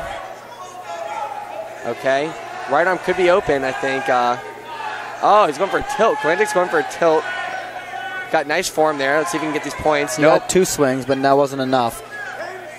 Okay. There were 8 seconds left in the first period. No back points for Kurlantic, but an early takedown by Greenberg as they go out of bounds with 2 seconds left. And Greenberg looks to be a little shaken up, fixing his headgear. 2.3 seconds left. I think they went out of bounds. Oh, they gave the 2 points in the end to Kurlantic for the back point. So he's going to end the first period with a 4-2 lead, assuming that Greenberg doesn't score here at the end of the first. Okay, so let's see if Greenberg can get an extremely fast escape. That's the only shot he's getting a point right now. He's got to get up and out. Oh, he doesn't got it. Astute observation, Avi. So now as we go into the second, again, Kurlantic up by 2. His younger brother, his triplet brother, I'm not sure who was born first. His lighter weight brother, Josef, won his earlier match at 152 versus Matthew Jacoby in a tough bout. Jakob just had the choice. He deferred with a 4-2 lead. Greenberg's choice. Didn't see a lot from bottom going on there, so his coaches tell him to take neutral. Greenberg was very offensive from neutral before. He can't be sloppy, though. He's got to be smart right now. He needs this takedown bad. Especially with the hopes of the entire RTMA program resting on his shoulders. Okay, let's see. So it looks like Greenberg went in for the shot. He's got both legs. They go out of bounds. No points awarded. They're going to reset in the middle. Very close to breaking the camera this broadcast, so if you're still with us there, that's because of the great refereeing stopping that little series of action. But very impressive to see Greenberg from neutral. Greenberg's very aggressive from neutral. He's got some good shots, some good penetration. I expect him to shoot again. There you go. He doesn't wait. He doesn't goes wait. right in for it. But in that time, Kurlantic anticipated it, was able to spin around, and now he again finds himself on top, looking for a breakdown with a 6-2 lead as 135 is Greenberg's left. reaching back, which is dangerous against a good wrestler. He's going to capitalize on you, and he's going to put you on your back. It looks like he got out of it in the end, but that's a very dangerous move to do. Yeah, against a wrestler like Kurlantic, that's probably not going to get the job done. You're only down by 4. You got to get up, get some points, and try to go back to neutral where he's been relatively effective and try to get a takedown. If he needs to get up first. If Kurlantic wants to turn him, he needs to break him down. He's trying to run halves while Greenberg's on his base, and it just doesn't work. Right now, potentially dangerous, it looks like. His Greenberg's arm was tilted a little bit too high up. A little too high, no points. But Greenberg needs to have some explosiveness here in order to score. Because, again, he's down 6-2 with 1:09 left in the second period. We haven't seen Greenberg actually on top yet, so for all we know, if he could get on top, he could be very, very offensive and strong. But it's possible, but unless he can get it from bottom, that's likely not going to happen, especially with Kurlantic having the choice in the third period. Avi, what have been some things you've seen in the finals so far today? So, Horowitz's match was extremely impressive. Dominant. I think that's like one of the most dominated wrestlers I've seen in the last few years for sure in this tournament. Extremely impressive. He could definitely wrestle college level and do very well. Whole nother level. And against that, he made Jeremy Berger a very formidable opponent. He made mincemeat of him, shall we say. But still give a lot of respect to Jeremy Berger for bumping up and wrestling. We talked about that extensively before. Takes a lot of respect. And he's still a Wittenberg Hall of Famer, 2-time champion, 2-time runner-up. He should go home proud. And I think the whole SAR team has a lot to look forward to as Kurlantic gets another 2 points for near fall with 15 seconds left in the second. Again, SAR has a big lead. They had 10 guys to the finals. 10 seconds left right now in the second period. It looks like Kurlantic still just riding on top, not getting much. He can't really break Greenberg's base, but Greenberg's not getting anywhere either. So, but he is up 8-2. Again, as I was saying before, though, SAR has really been the story of the tournament. They came in with T-shirts that said "Dynasty under construction." I was somewhat skeptical, seeing as they only won one tournament before this year. I think you're not really a dynasty unless you win 3. However, and you got to give a shout out to the SAR coaches. They all shifted from Frisch to SAR, and now they're making an extremely impressive program there at SAR. And I'm sure Frisch is wondering what they missed out on. But regardless, SAR is a formidable program. So many guys, so many good guys.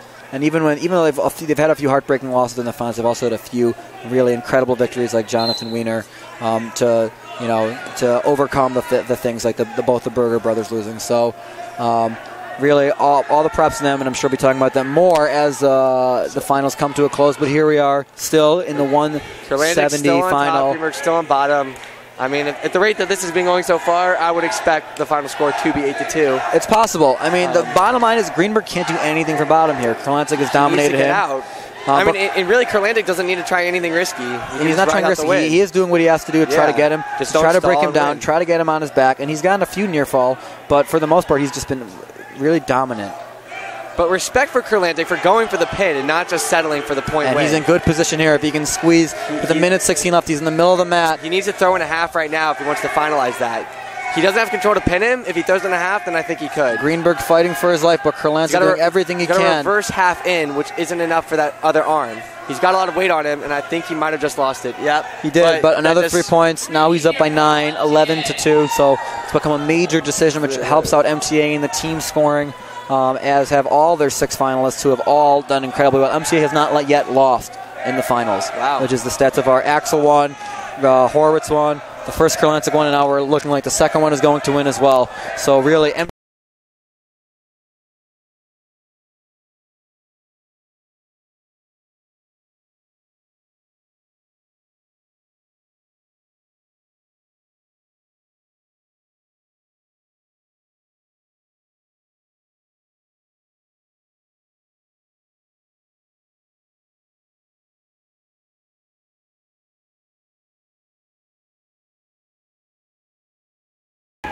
sorry about the delay. Hopefully we'll be back on air. The good news is they still have the video, they still have the sound. Okay, sorry about that. Sorry for the technical difficulties again. Here in Paramus, we have dealing with a different gym, a different facility, a darkened room, perhaps playing a factor in someone tripping over that wire there. 7 seconds left now in the match, just to get you back up. Kurlansik up 12-2. He's got the win right now, unless something ridiculous happens. So Greenberg unable to do anything from bottom. The story of the match, and Yakov Kurlansik able to come out on top, the 4th MTA champion. Probably the other story of the tournament. After being a runner-up in the tournament twice, it's nice to see him go out on top. A great match against another great wrestler, Max Greenberg. Great sportsmanship there. Always happy to see that. As we're getting into the heavier weights, MTA is having a very impressive. I think that they are becoming more and more likely they're going to be in second place. We'll see what happens. However, certainly one of the main stories of the tournament, we're seeing him jump into Jonas Stromer's arm, his former drill partner and mentor of some sort. So the success of MTA has been remarkable, and as for our viewers at home again, apologize for the technical difficulties. We hope you're watching. We hope you're enjoying. I know that certainly Avi and I both are. It's been a very exciting day at Wittenberg, an exciting 2 days. And I think most of all, again, we're just happy the tournament is still going in its 21st iteration. It's been some great wrestling, and we are going to close off with some very exciting matches as well. I was very impressed with how the tournament turned out in the end, because, really, over the summer, people were scared they wouldn't even have a tournament this year. But, Neil really worked with everybody. All the schools really got together as a team effort to get this tournament going. TABC, SAR, MTA, and Frisch all donated their match for this tournament, and everybody really chipped in. So there's a lot of solidarity here to get this tournament going. It's a great thing to see. Absolutely. This is one of the 2 Frisch finalists at the 182. We're gonna have 2 matches in a row. This is another Ben Shabbat. It's a name that should be familiar to our viewers at home. I've been Ben hearing Shabbat about family Ben Shabbat for 10 years. So many years now. Although interesting, Gidon Ben Shabbat, who's the one here in the finals, facing off against Liav Garbuz from SAR. It's actually his first year wrestling. His first year, he never wrestled. He's the younger brother of former Wittenberg champion Eitan Ben Shabbat, who decided to give it a try his senior year, has an undefeated season and looking to cap it off with the Wittenberg championship. That is impressive. However, he has his hands full against Liav Garbuz from SAR. So he's better known by his in the early going here as they go out of bounds at 182. A great wrestler from SAR. It meant a lot to the program, and we'll see what happens here. Makes you wonder what would have happened if he started wrestling his freshman year. Absolutely. Maybe it would have been another champion of champions. Garbuz actually came in 3rd last year. Okay, looks like Ben Shabbat, he's going for the takedown. I think he might be getting the 2 points right now. He hasn't gotten it yet. He's on top, but he hasn't gotten complete control. There he goes. He just got the 2-point takedown. I think this is Frisch's first finalist of the day, and seeing as the tournament is being held in Frisch's gymnasium, it's nice to see that they have some representation in the finals, and we'll see what Ben Shabbat can do. Ben Shabbat's riding high. I don't know what he's trying to do right now. It looks like he's trying to get out, even though he was just on top, which doesn't really make sense because he just gave the other, you'd be giving the other guy a point by getting out. But nothing scored yet. Nothing scored yet. We're looking at a minimum of a 1-point escape, perhaps 2-point reversal, but still no change in control yet. It's not something you usually see. I'm not sure what just happened there. However, no points were scored despite the dangerous position. Ben Shabbat was able to get out of it. He can get a strong half in now, potentially. With 43 seconds left, he's got to watch out for that nothing. full Nelson. His hands are close, but he's good right now. So he's got him broken down. Benchabat's got him broken down. He's trying to roll that wrist and run a half. But let's see what he's got. Hey, Garbuz right now is still on his stomach. He needs to get on his knees. He needs to get on his base if he wants to, have a shot at getting out of this. Yeah, and things have stomach, you can't get out. Things have settled down after the exciting bit of early going with 17 seconds left. Both wrestlers going out of bounds here in the first period. And so we'll see if Garbuz can perhaps score and cut into this deficit of 2-0 with 15 seconds left, and the Frisch crowd being very loud in support. He's got enough time to get an escape. He needs to get out and needs to be fast. And the earlier explosiveness from earlier on is starting to die down a little bit with 10 seconds left. Benchabat doing a good job riding. We'll see if this becomes a theme throughout the match. Garbuz having a hard time building a base against Benchabat. If he can't do that, then he's going to have a tough time this match. Benchabat is riding very parallel. That's something he's going to have to be careful about going on as we end the first period. For our viewers at home, if you are wondering what is going on with the Frisch singlet, the answer is that this has been a bit of a trend in high school wrestling to change from not just an old singlet to but a t-shirt and shorts, a little more MMA style. So Frisch has been experimenting at the only team in the tournament. We'll see if it becomes a trend in wrestling fashion going forward. But here we are in the second period. Back in neutral. Again, scores 2-0. Benchabat's in the lead. Okay, they go out of bounds. They're going to reset back in the middle. Benchabat seems to be controlling this match so far, so let's see if Garbuz can step it up. Very aggressive. Again, Garbuz is a previous third-place winner at Wittenberg, and Benchabat, again, a first-year wrestler in the finals as a senior, but so far he's dictated the pace, and we'll see if that will continue going forward. Benchabat's been much quicker, and that's been making the difference so far. It looks like Garbuz has got some strength on him, but the speed has been working for Benchabat. A good shot there by Garbuz. Out of bounds again.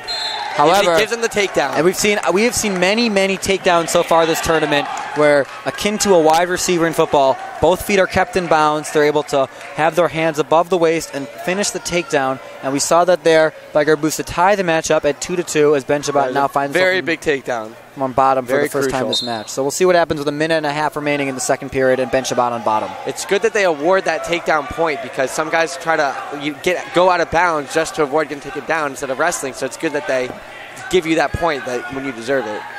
Definitely. And now Benchabat is on bottom for the first time this match. So let's see what Garbuz has from on top. On bottom, it looked like he had a tough time. Let's see if he's got something up his sleeve. Wow! Reversal by Benchabat, and I think that he's got Garbuz on his back. He's trying. He's a little high. He's trying to bring him back, but a big reversal. Trying to get some back points. He did. Three back points. That was very huge. A big 5-point move by Guidon Benchabat to take a 6-2 lead. 7-2. 7-2 lead with a minute remaining here in the second period. Okay, so let's see right now if Benchabat can get Rollum on his back again. Or if Garbuz can, wake up and explode out of here. Definitely. A very impressive match so far by Benchabat against Garbuz. Garbuz is one of the 4 big heavyweights we're going to be seeing for SAR in these matches. But so far, Benchabat has a half right, and he's got the right arm blocked. Did not work. He's got to be careful with that full, though. He's switching very close. That might have even just been one, but okay, let's keep going. They haven't called anything. He's going back and forth, running it on the right side right now. Garbuz is very strong. It's hard to get that unless you can get settled in well. However, because Garbuz has just been fighting it off, he hasn't been able to really do anything from bottom, and that's why with 15 seconds left, he finds himself in a 5-point hole and not much going for him from the position. And he's wearing him down. That's what's important. That's true. Garbuz looks a little bit exhausted as we finish the second period here. Going into the third, we'll see if he's able to overcome his fatigue right now and overcome the current 7-2 deficit. So it's Benchabat's choice, and he's very adamant about choosing down, wants to get up quickly and extend his already existing 5-point lead. Garbuz needs something big right now. And it's not, when you're tired, it's not easy to keep a wrestler like Benchabat down. He needs to get Benchabat on his back if he wants a shot at this. Okay, there, nice breakdown by Garbuz.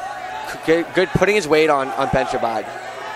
And again, the wrestler at this weight move a little bit of a different pace. So Benchabat is working his way up to a tripod. We'll see if he's able to get an escape of some sort. Wow. It's impressive to do that with such a heavy guy on you. Benchabat gets the escape. Wow.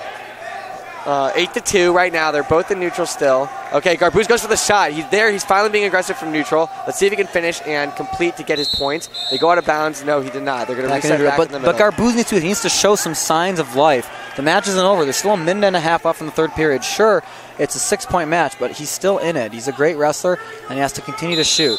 on the one hand, people are very focused on points, which matters a lot. But you got to remember, if you pin him at any point, you win the match.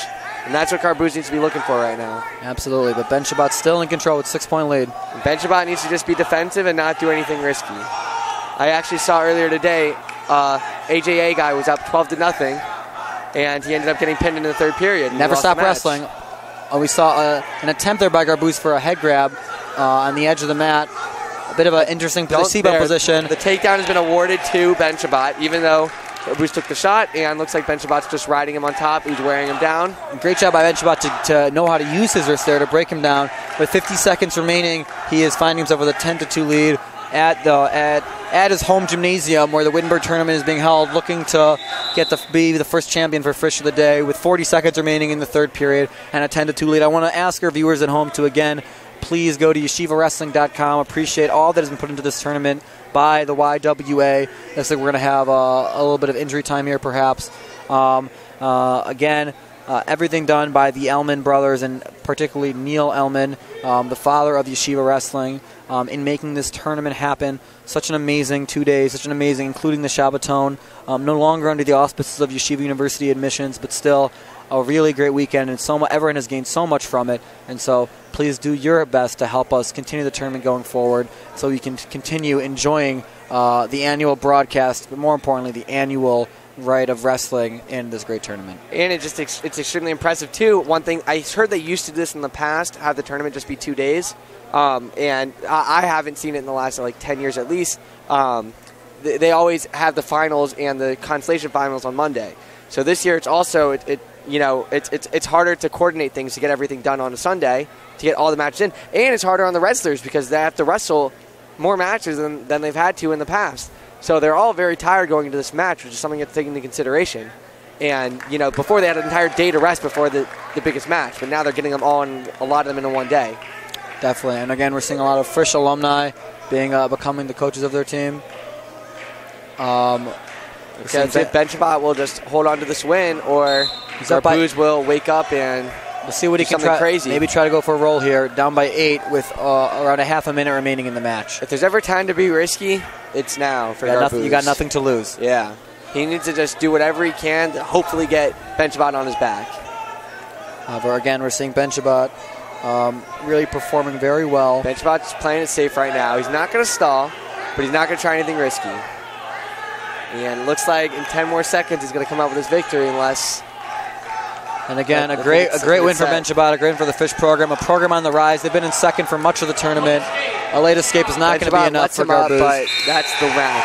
A great win. Impressive. A great win. Happy to see Frisch have a champion as their program rebuilds, and perhaps we see the banners on the wall for Frisch's previous Wittenberg victories, all 6 of them. We'll see if they can add to that total in the future. Really makes you wonder what would have happened if Ben Shabbat started wrestling his freshman year.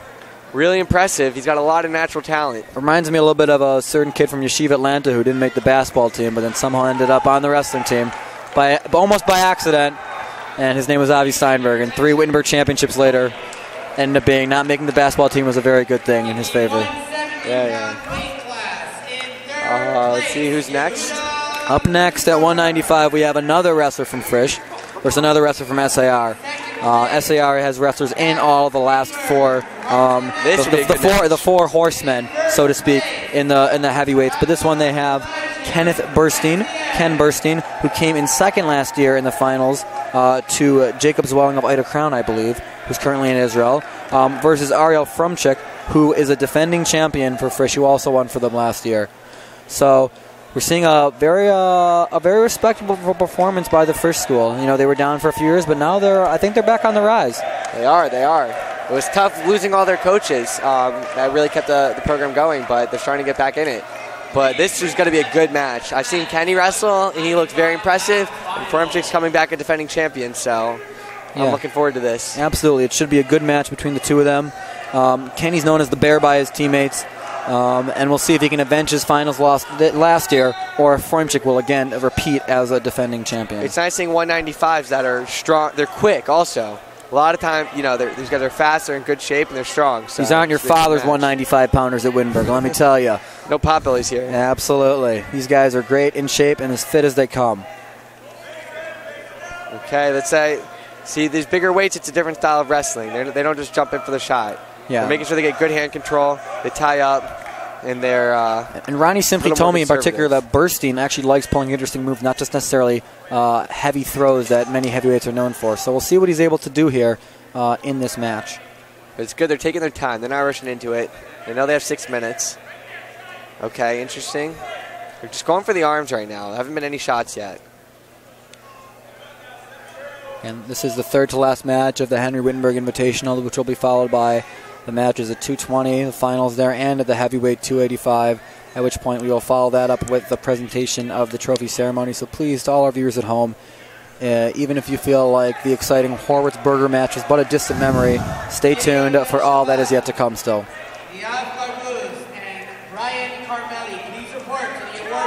Okay, they're still in neutral. They're still tying up. Hasn't been too much action yet. Formchuk kind of went for a shot there. Now they're closer tying up. It looks like a takedown might come soon, but no, it looks like Kenneth's pushing away, and they're resetting right now. Neutral, 30 seconds left. Let's see. Oh, there we go. Kenneth goes in for the shot. He's being aggressive, but Formchuk, really strong sprawl, very strong lock. I don't know if Kenneth will be able to finish that, but will Formchuk be able to? Okay. Turns into a throw. There we go. Formchuk gets a takedown, and you try to get the back points, but did not unable quite get to, it. but a very impressive ability by Formchuk to finish off the throw there and get the first takedown of the match with 10 seconds remaining in the first period. Okay. Let's see. There's 5 seconds left. I don't know if any points will be awarded yet in this period. And as the first period comes to a close, Formchuk, the defending champion, is holding a 2-0 lead over Burstein, but this match is far from over, and Burstein actually takes neutral there. Interesting. He saw enough there. Ronnie simply saw enough there to validate taking it again, and we'll see if there'll be a different result with Burstein getting a takedown this time. Circling around. Kenny's got to be aggressive, but smart.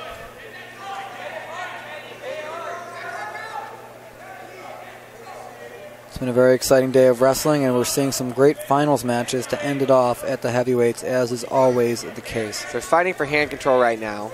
Okay, they're tying up. Doesn't look like, oh, there we go. Formchuk goes in for a fast shot, tries to go for the trip. Doesn't look like he'll finish it. Kenneth gets the takedown. He almost got a headlock on him and got him on his back, but Formchuk quickly got out of that. Great reaction there by Burstein. A deep shot. Looked like Formchuk would have it right away.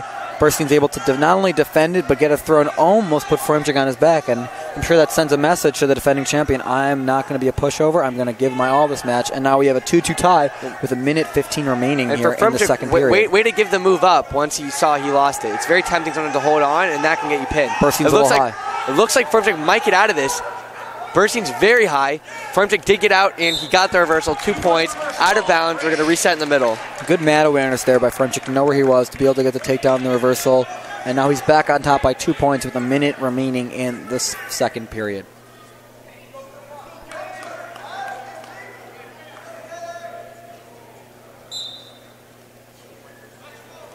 Again, Burstein is one of the 10 finalists from SAR. By far the most of any team compared to the second most, which was 6 by MTA. A great performance by them in the finals. And we'll see if they can cap it off with another one here with Burstein. But so far he's losing 4-2. Not a lot of action with 45 seconds left in the second period. It's hard to turn guys when you're this big, but let's see if someone can get some back points. Out of bounds. I'm going to reset back in the middle. And not a lot of people were necessarily talking about Formchuk coming in, but he had a really dominant performance last from the tournament, and we're seeing why. He is definitely one of the leaders of the Frisch team. He's a very smart wrestler. Absolutely. He's really wrestling smart. And as you see, it's one of the things the coach has mentioned to me, which I'm seeing right now. He's very calm.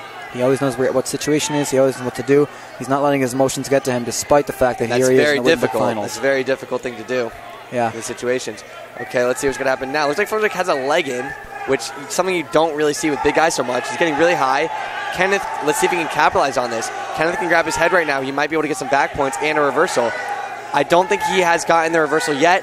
He's about to get it right now. There he goes.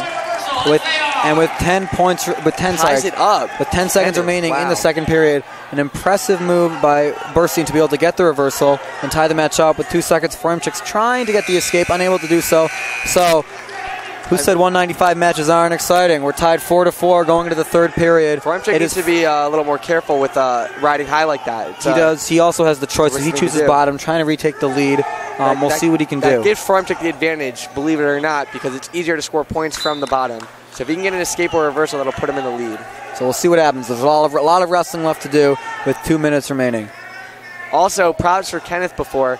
He could have tried to go and get Frisch on his back to get back points, but he didn't. He just took his reversal. Okay, there we go. Reversal by Frisch. Frisch on top. Very good. He takes the lead, 6-4. Borsky was trying to put Frisch on his back, but Frisch was able to grab the arm of Bernstein, swim around, and get a great reversal and put himself in outstanding position, up 6-4 with a minute and a half left in front of the hometown fans of Frisch here on the Suiaka campus in Paramus, New Jersey. See, matches like this, it's a much different mindset you have to go into with it. You can't be risky, and you got to be very conservative and really pay attention to every point. Sometimes it makes sense to try to just go for a pin, but sometimes you just got to be really cognizant of the score. And we actually just got a caution for stalling on Frisch.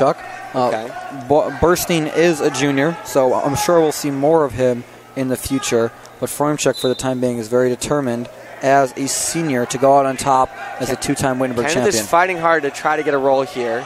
Hasn't been successful yet, but let's see if he can get anything. And we see that he's dangerous from bottom, like a lot of SAR wrestlers. They can get those big moves. And he's able to do something with a minute left. We'll see what can happen. But like you said, Frisch is a very smart senior wrestler, and he knows what's going on, and we'll see if he can cap off this match and cap off his wrestling career at Frisch. Okay, so now Frisch is trying to run a half, but he's having a hard time. Kenneth's building a base. Kenneth needs to get out. He needs to get out really soon. There, Frisch's running a half. He's got a strong lock. This might be it. Close to back points. Not there yet. He needs to sag back. Frisch needs to sag back and get there's that the wave. Deeper. There's the wave. So we have some back points for Frisch, which is big. The win. Oh, it's a pin. 30 seconds left. That's it. And we have the cap off. Way to go. Way to go. A very close match throughout, perhaps closer than the score indicated, but Frisch able to get a late half in there, get the pin, with that power half winning, now we see Frisch get a champion. Avi, thank you for all your services on air. We're going to have our last guest announcer of the day, coming all the way from Salanter Akiva High School in Riverdale, SAR as it's better known. We have KD. KD, welcome to the booth. Thank you for having me. My pleasure. I'm looking forward to some good matches. I've been a bit disappointed with the results so far for SAR going 3-4, but hopefully 3-5. But hopefully these last two matches will change that. There's been definitely a few tough matches for SAR here in the finals. It's weird going into a finals and having the whole tournament wrapped up because they had such a big lead because they had so many guys there already. But certainly you want to see more people win the championship bouts. But they have two more coming up. So why don't you tell me about the guys at 220 and 285? Well, Adon Smoller started as a sophomore. He's a 3-year, so he's a junior wrestler, but a senior in actuality. One of those kids who's just it's really been impressive how hard he's worked, and he's one of those kids who brings a sense of humor to everything, really, but at the same time, he can take it really, really seriously. And he's just stepped up his game. He was actually named captain, along with already captains John Wiener and Jeremy Berger. Yeah. So... And he's had Wittenberg success in the past, previously coming in third place. Interestingly enough, his opponent in this match from MTA, one of their 6 finalists, Izzy Frasco, also came in third in previous years. So we're in the second heaviest weight, 220. But both these guys are in great shape, and I think that we're in for a treat. Yeah, we should be. I'm very, very excited for this match. Should be a really good one. Absolutely. So we're starting off here from neutral. We're seeing a tie-up between Izzy and Smoller. Both of them, in the heavier weights, they can often try to work a little harder, work a little longer before taking their shot. Both of them tying up with each other. An attempt at grabbing a leg there by Frasco. I'd like to see Smoller work some shots. I'd like to see him right there. That was a good one. Yeah, exactly. But we're already seeing some quick reshots by Smoller. Both these guys are actually pretty fast for their weight. So I think that you won't necessarily see the throws, but definitely as they both are tying up arms now, we'll keep an eye on what they're able to do with each other from neutral. I think that is surprisingly with these two. Normally with the 220, you do see a lot of throws and a lot of big moves per se. But with these two, I think you're going to see a lot of quote unquote small man moves, such as double legs, single legs. That won't necessarily end the match, but they'll get you your two. You got it, KD. So with 1:05 remaining, we're still here in neutral. No scoring as of yet. To remind our viewers at home, SAR has a big lead. They're going to win the 21st Henry Wittenberg Invitational, which is at the first school here in Paramus. We're seeing a continued tie-up by Smoller pushing Frasco to the edge, Izzy to the edge of the mat, trying to get something. Still no shots by the wrestler. Maybe perhaps a snap down, but they're out of bounds and head back to center with 45 seconds left in the period. Very interesting. I feel like both wrestlers are feeling each other out. I would like to see Smolar be a little more aggressive, but it's a good match so far. Yeah, well, he's going to be cautious because he knows he has his work cut out for him against a great wrestler like Izzy.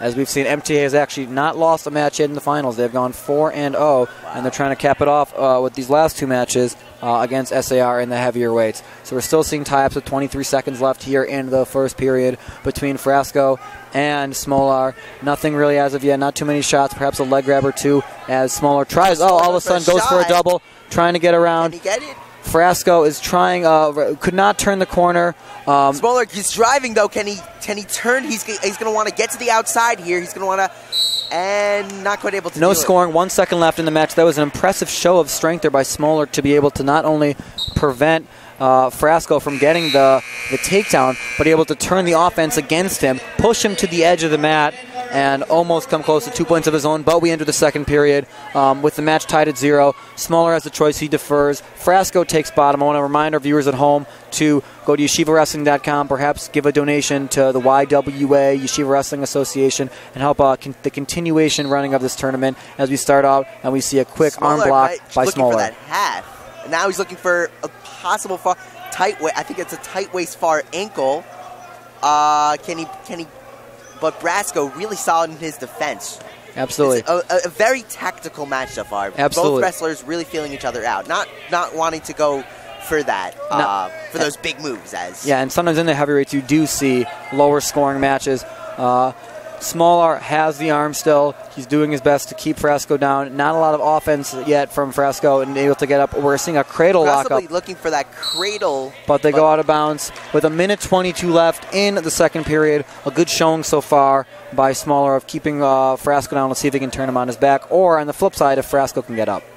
Or possibly turn Smolar to it. Or possibly get the reversal. Or even turn him to his back. We'll see. Going for a Granby roll. And he gets it. That's not something you usually see from a big man, and perhaps it caught Smolar off guard, but a big Granby roll is getting the coaches of MTA very excited, and now we're back at neutral with a minute left in the first period. Smolar and Frasco tied at 1, and again in the collar tie. Smolar now trailing Frasco, looking to get a takedown to take the lead. Both wrestlers, I'm very, very, very impressed with the stamina that both wrestlers have at this high of a weight class. Usually, at this point, sometimes you see these guys. A big takedown attempt by Frasco. Guys kind of tire, but no, they still got it. They're still going strong. And they're wrestling at the edge of the mat, which is not something you always see from the heavyweights. A takedown attempt there by Frasco, not able to stay in bounds or get enough penetration. But we're seeing that both these guys going offenses. They're again in the collar tie position.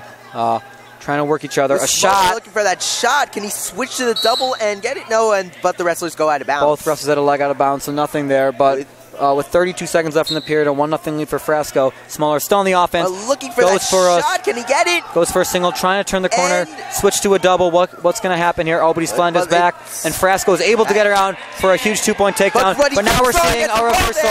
We're seeing a big reversal, a flurry of events here. Oh, my goodness. And now, just like after reversal, another reversal by MTA, and then another reversal by SAR. And Frasco's in a world of trouble here with 8 seconds left in the match on the edge of the mat, almost on his back. Smolar's doing everything he can to pin him here. With 1 second left, can Frisch put it out? They call it. There's a pin. There's a pin. There's a pin. Oh, we're seeing some controversy here. Let's sort this all out.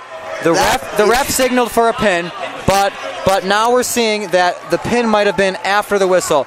The MTA coaches are saying that it was after the whistle. There was a lot of scoring. We're going to try to sort all this out. It's going to take a minute or two, but that was after a slow-paced match, everyone in the gym's heart rate just went up because we saw a handful of reversals there, definitely some back point scored for both wrestlers, and then with around 10 seconds left, Smolar was able to get Izzy on his back, almost pin him. The pin was called, but the ref is now saying that it was immediately after the whistle. Do we have video replay? That would be amazing.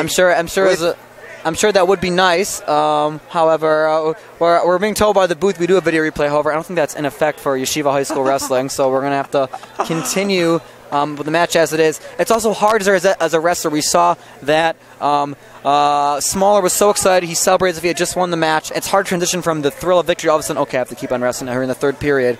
Apparently, the refs are trying to sort out the score here. I would be surprised if Smolar was not in the lead after having him on his back for that long. This might take a little while, but tell me a little more about Smolar and what you've seen from him this year. I've just been very, very impressed. It shows when not even just this year, over the course of 3 years. Smolar kind of started out as one of those guys who didn't really take wrestling very seriously, and kind of just bounced around. Then went to Charitau, got very serious, took third last year. Did he? I believe. Take third last year. He did. And now he's looking for the gold. And I've just been I've been very, very impressed with his growth and development as a person and as a wrestler. And again, one of the many seniors on the SAR team. Unfortunately, some of the seniors were not able to emerge victorious. However, that they're trying to turn things around, and hopefully he'll be able to. No one in MTA has lost in the finals. The score they're saying now is 7-5, I believe, in the favor of Smolar. So all of a sudden we have another big match. He thought he won, but now he's going to have to get his mind back and let's finish this off strong. He takes bottom. We'll see what he can do.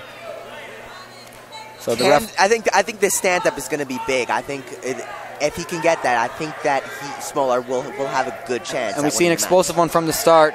Is he doing everything he can to hold on? But he's in some trouble here, perhaps. No points yet, but we saw a good explosion there from Smolar. I'm sure we'll see it again as we reset at the center of the mat. Smolar especially very, very quick for a guy this heavy. Yeah, absolutely. And there it is. Just like that, right after the whistle, a one-point escape. And now it's 8-5. Looking for the single leg. Can he maybe switch to a double? Yes, it looks like he can. Can he drive him over for the He's two? trying to turn the corner, but driving up on that leg. Stops the head, but can he try to turn the corner? Can he get it? Yes! Frasco tried to go for a throw there, but very, very well defended by Smolar, able to get around him, get the 2-point takedown. Now he has a 5-point lead, riding tough on Izzy. Almost seems as though the fact that he thought he won the match, but now to keep on wrestling has only made him more angry, and he's been coming out like an angry bull at the beginning of this period, up 10-5. So the question is for Smolar, do you want to play it safe here and try to ride him out, or do you want to go for do you want to possibly go for a pin, or what do you want to do? Maybe even let him up.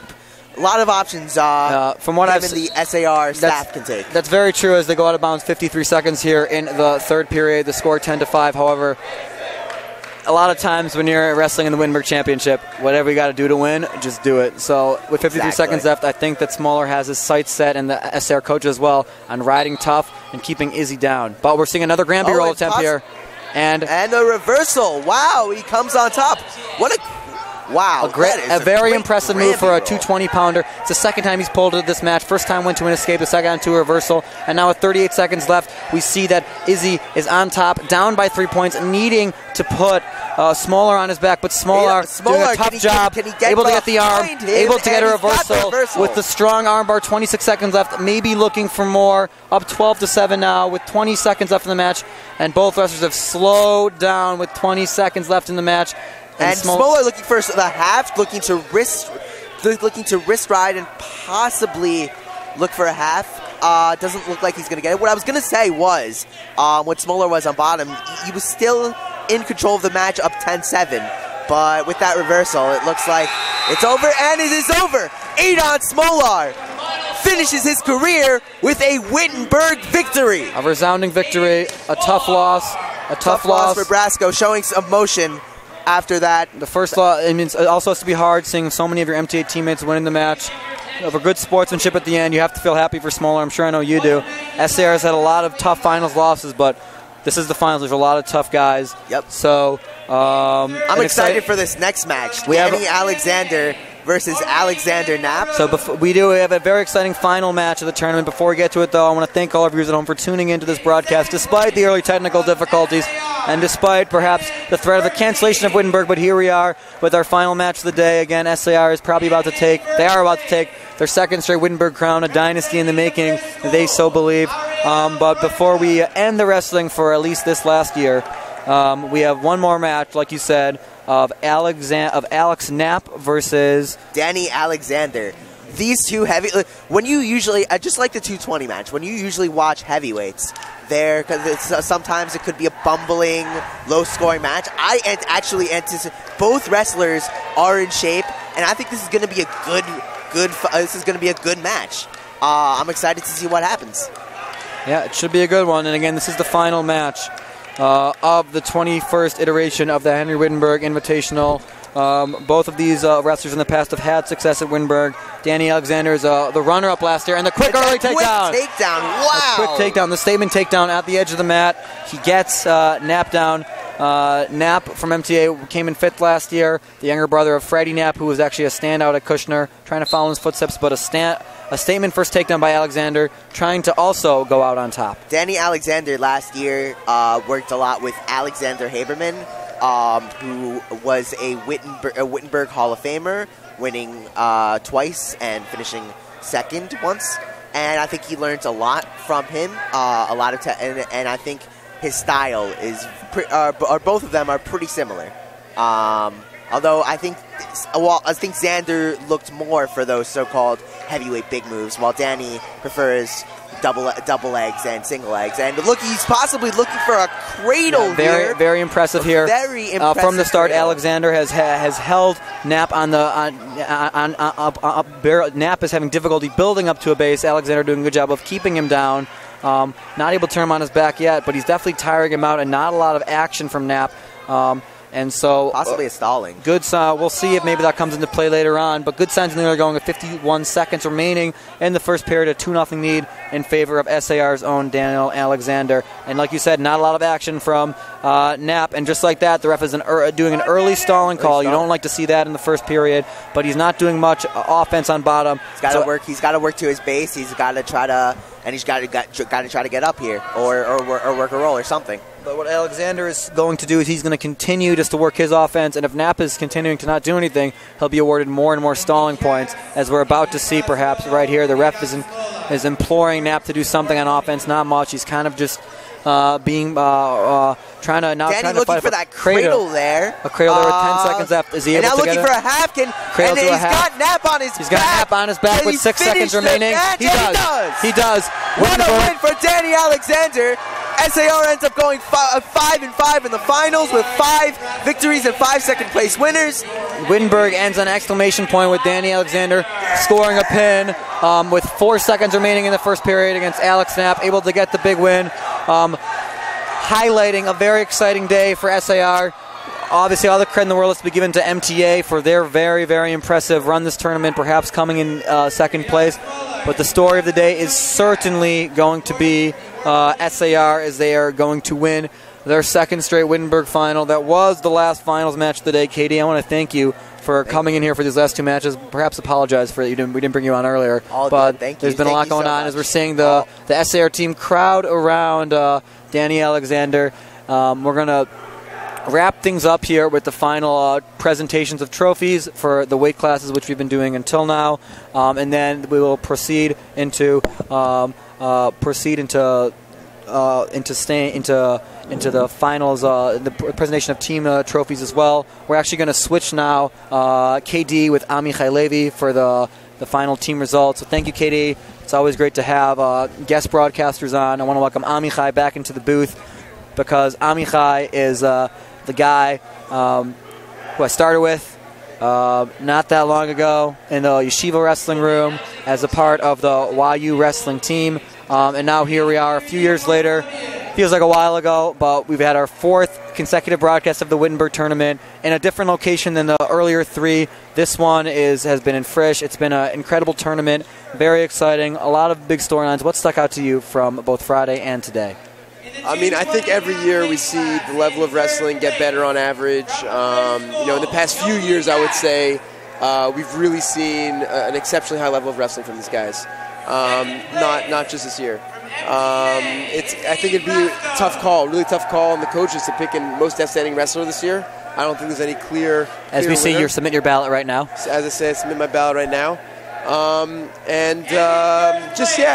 I love seeing the great sportsmanship. I love seeing this beautiful, beautiful, great sport, man's oldest sport, being practiced today by these schools, by these guys, and contributing to the sport and gaining from the sport. It's always really, really beautiful to see. Definitely, and our viewers at home didn't get to see the totality of wrestling. They only got to catch the finals matches, but really, throughout the entire day, there was many great matches. We had 4 matches going on for the first time in Wittenberg history, so everything was able to finish by tonight. It was really a great show. We had some great 5th and 3rd place matches as well, but the finals are always the best part of the tournament, and we saw some very exciting finals matches, perhaps not the overtime heart-stoppers like in previous years, but nonetheless a lot of very impressive performances, no doubt highlighted by SAR's 5 champions, 5 runner-ups, and there was soon about to be their 2nd consecutive Wittenberg title. Yeah, really exciting. Who would you say the favorite is for most outstanding wrestler in your opinion? I'm not sure. I'm not sure who's going to be most outstanding wrestler. I'm not sure who's going to be the Dominator Award. Those are always exciting moments.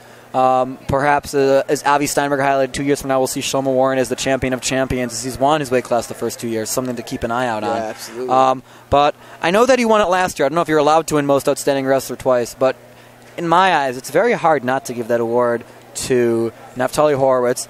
He faced off against perhaps the toughest opponent of anyone in the finals and did his handiwork with him. Really convincing finals win. 2nd year in a row. I was informed by some of my sources throughout the gym that he's actually looking into wrestling, perhaps in Israel next year for the Israeli national team. Also, he's looking at a few different D1 programs, so he's definitely caught the eye of different wrestling programs. So maybe the coaches won't vote him in because he won it last year, but from my perspective, he's definitely the best wrestler in the tournament. For sure. I guess the other person that I see in contention, and this is part of the beauty of the whole storyline, is the fact that Jeremy Berger made it to the finals a weight class up. And that, I mean, anyone who knows the sport of wrestling, knows what wrestling is, knows that is an incredibly difficult task. And the amount of weight that you end up carrying and the amount of, it just puts you at a huge disadvantage. Absolutely. So we're now finishing up. So we'll see what happens. I disagree with you because I think that Horowitz won the weight class. I think he should be entitled to the award, but to each their own. So now we are wrapping up here with the first place ceremony for the 285 weight class with Danny Alexander ending off his career on top. Again, just to recap for our viewers at home, the results of all the finals matches. At 106, we had Ori Feinberg beat Nadav Adler. At 113, Sam Frank beat Ben Anatovsky. At 120, Oren Kigner lost to Shlomo Warren. At 126, Max Berger lost to Akiva Axel in an upset. At 132, as I look for the paper here, at 132, we had Jonathan Wiener in an exciting match against Ofri Ben David. At 138, Leo Weiner beat Rafi Chernoff. At 145, Naftali Horowitz in the match we just talked about beat Jeremy Berger, and perhaps the highlight of the day. At 152, Yosef Kurlansik beat Matthew Jacoby. At 160, we had Daniel Osen beat John Zugaft. No, I apologize. John Zugaft beat Daniel Osen. At 170, Yakov Kurlansik beat Max Greenberg to complete the Kurlansik sweep. At 182, Gidon Ben Shabbat beat Liav Garbuz. At 195, it was Ariel Frumchik again emerging victorious against Ken Burstein. At 220, we had Adon Smolar beating Izzy Frasco. How and good just was now, that match? It was a wow. That was a phenomenal for 220 match. guys. Exactly. So I'm talking about. We saw amazing wrestling from the heavyweights this year. By the way. Definitely. Continue, please. And finally, at 285, we had Danny Alexander beat Alex Knapp. So as they just announced, we are going to be wrapping things up shortly with the announcement of individual awards of Most Outstanding Wrestler, the Dominator Award, for those who don't know at home. The Most Outstanding Wrestler is awarded to someone who the coaches feel was the MVP of the tournament. And the Dominator Award is given to a wrestler who has the most amount of pins and the most amount of times, and the least amount of time, excuse me. That award has already been determined. I'm not sure who did it. I guess it'd be Horowitz. I think Horowitz did it, but maybe made by Tech Fall. I'm not sure. It's possible. We'll find out soon enough. Pin in the final. Yeah, we will see. So it's definitely going to be exciting. Again, we knew going into the finals round that SAR was going to win the tournament, and they have. By how much is still a mystery. Also, there's a lot of mystery surrounding the other placements of the teams as well. All right, so here we go. now we are going to cut to the announcement of the awards. For most outstanding wrestler. Most outstanding wrestler. Tension in the room is palpable. At 145 pounds. 145 pounds. First place winner from MTA, Naftali Horowitz. All Little doubt, little doubt. Naftali Horowitz, second year in a row. Second year in a row. It's not often to see a repeating champion as the most outstanding wrestler, but I think in this tournament there was little doubt the award was deserving for him. And I have a feeling that this isn't the end of his wrestling story. When you see someone that good, you have to appreciate it. No, And certainly, absolutely, I agree. And having spoken to him, I hear that from him firsthand. He definitely has big aspirations, and I'm excited to see where that goes. But for now, he should just soak in the moment of his incredible accomplishments. And as the fans cheer him on, really, what a run! What a run! 2 years ago, he wasn't much, no one was talking about him. And Exactly. Now, Came out of nowhere, right? And Absolutely. that's unusual. That's so yeah, unusual. usually you have to kind of wait your turn, win fifth, win third, but then boom, 2 years in a row, first. Meteoric rise. And now for the Dominator Award. Dominator Award. Coming up. With 3 pins in 7 minutes and 23 seconds. At 126 pounds, from MTA, Akiva Axel. Wow, Akiva Axel. And what That makes was sense. what was the key to his Dominator Award was, again, his stunning finals win when getting that pin in the second period. It's not easy to get a finals pin that quickly. Again, also against the favorite, Max Berger, the defending champion. Yeah. So for the second year in a row, we see a sweep by MTA of both the Dominator Award and the Most Outstanding Wrestler. So we're seeing a program that's done a lot of big things. I remember for a while they were a bit of an afterthought, but they've really turned it around. They had 6 guys in the finals, 4 of them won. Another year of Dominator and Most Outstanding Wrestler, and perhaps even a second-place finish. That's right. Are we waiting for the team scores now? I think the team scores will be coming up shortly. But again, I want to thank all our viewers at home for tuning in throughout the day. Now for the team awards. And All now right. we are going to hear the team scores.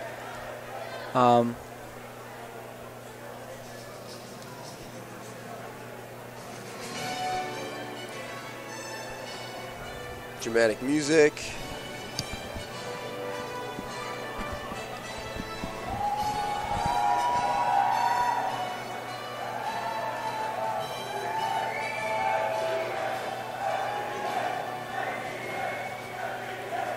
It's actually the second year in a row that MTA won both the most outstanding Yeah, wrestler. that's what I and said the before. Yeah, sorry, I missed no, it. it's okay. They swept it. Yeah, it's very Right. impressive. And I think what's also impressive is we'll see how they do in the team standings as well.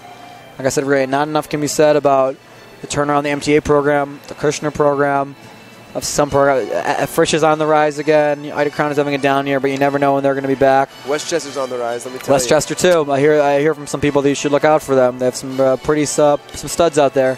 So, all in all, a great year of Wittenberg, and it was in doubt for a little while again with all the drama that happened this year.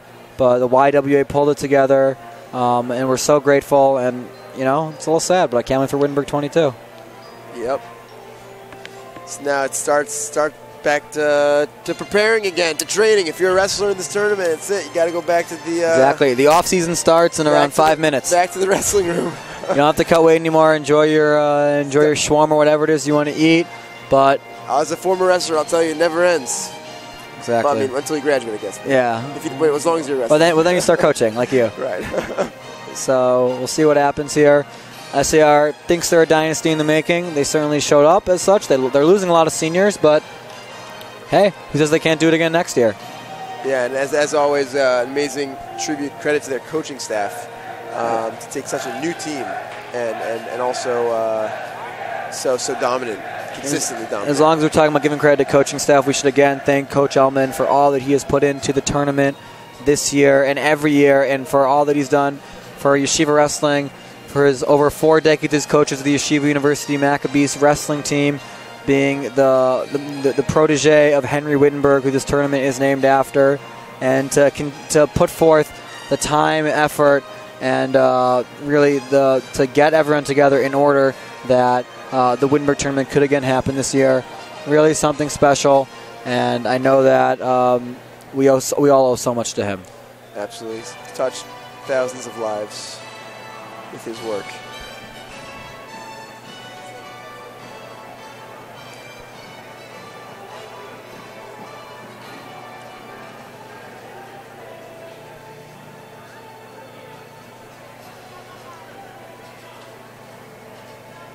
We want to again thank all our viewers at home for staying tuned in. Do we have a lot of viewers? I'm not sure how many we had. Certainly there were some technical difficulties, but for those who were able to end up finding the eventual link for the page, we thank you for your patience, and we're sure that'll be something that's sorted out next year.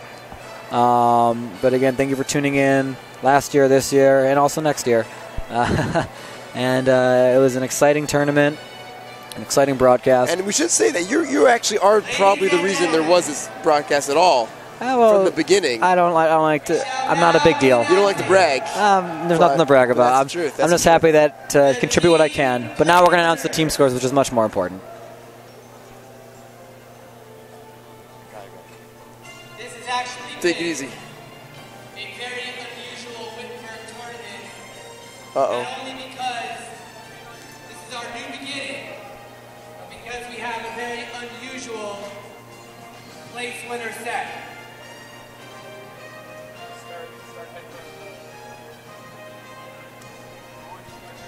In fourth place,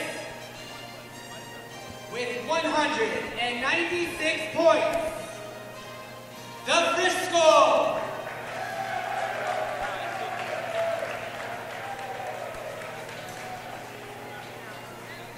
Cougars, come grab your trophy at the podium. So for those of you just here at home, the Frisch School came in fourth place, capping off after a few down years. They're again placing high in the tournament. A few guys in the finals, a few guys placing high. Again, the tournament at the Frisch School, so it means a lot to them. Good to see them have such a strong performance. And with a great coaching staff, I'm sure we'll see more from them in the years to come as well. Sporting the fight shorts, by the way.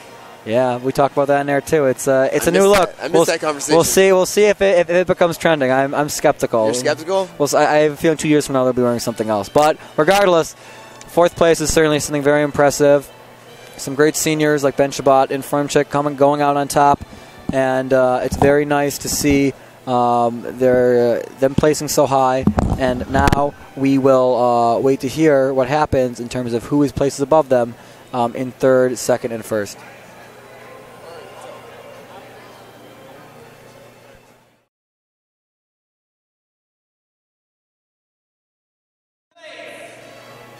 With 202.5 points, MTA. Come to the podium. So there we have it. MTA comes in third place. Some thought they might be able to get second. They actually started out the championship round in sixth place. Oh, wow. So they certainly jumped up quite a few slots. The fact that second was just a little bit out of reach. They had a few holes in their lineup, but the wrestlers they had as point scorers sure showed up. And that led to an impressive third place finish. And they're not as far behind as others think. Obviously losing some big wrestlers, but hey, you got to hand to Coach Carlos, Coach Victor, and Coach Stromer for putting on such a great performance, doing such a good job coaching these guys year after year.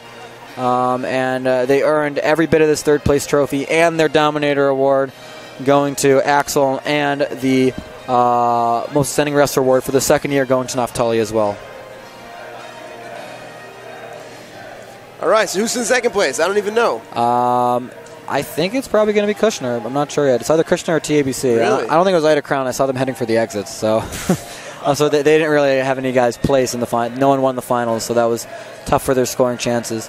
But I would imagine it's probably going to be Kushner or TABC.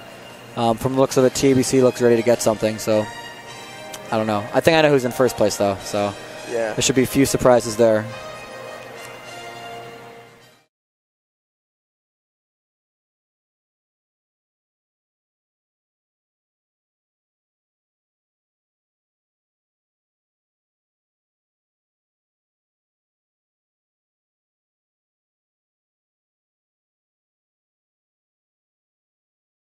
That's what happens when you're at an all-day tournament. We have a tie. Wow. Oh my God! What? That's crazy. That's crazy.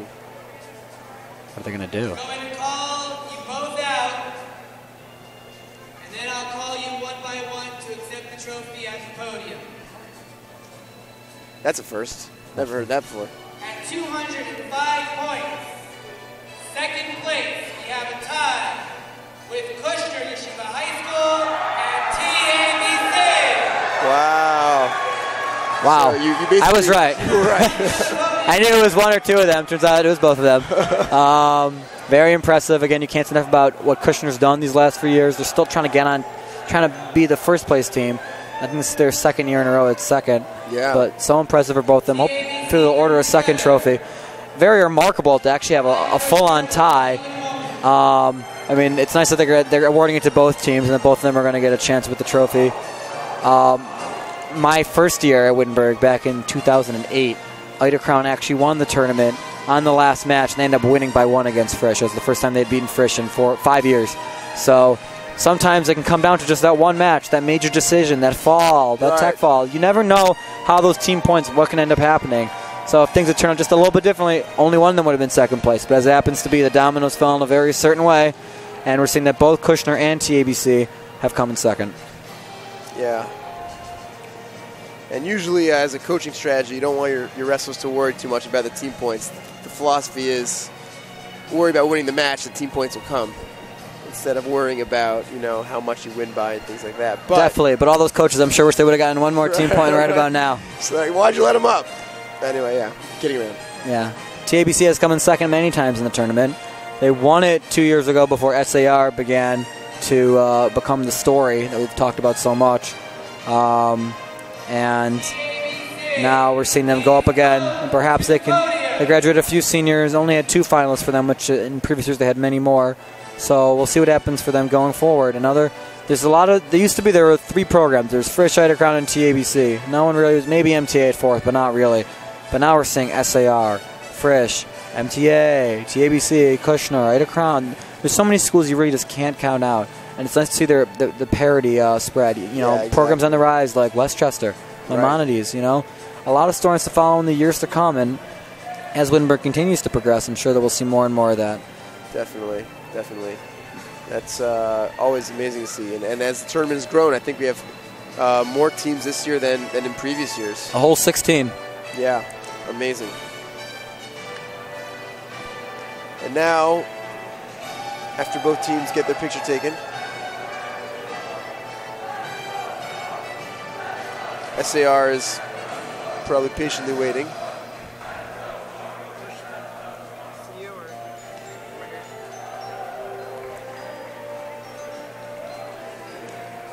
And Amichai, I think that after SAR is awarded the trophy, we will cut out. So again, I want to thank all our viewers at home for tuning in, dealing with the technical difficulties. Thank the YWA for putting this tournament together. Thank the coaches. Thank the schools. Thank everyone. It was a team. Wrestling is often called an individual sport, but it's also a team sport, and there's definitely a team effort to making all this happen. Definitely. So thank you to everyone, and see you at Wittenberg next year. Be sure to check out the Yeshiva Wrestling Association website, learn about all the amazing programs they're doing, all the incredible work they're doing, the people involved. And here we go for the finals, the final presentation of the first place trophy to SAR. Thank you all. Have a good night, and see you at Wittenberg 22. For the first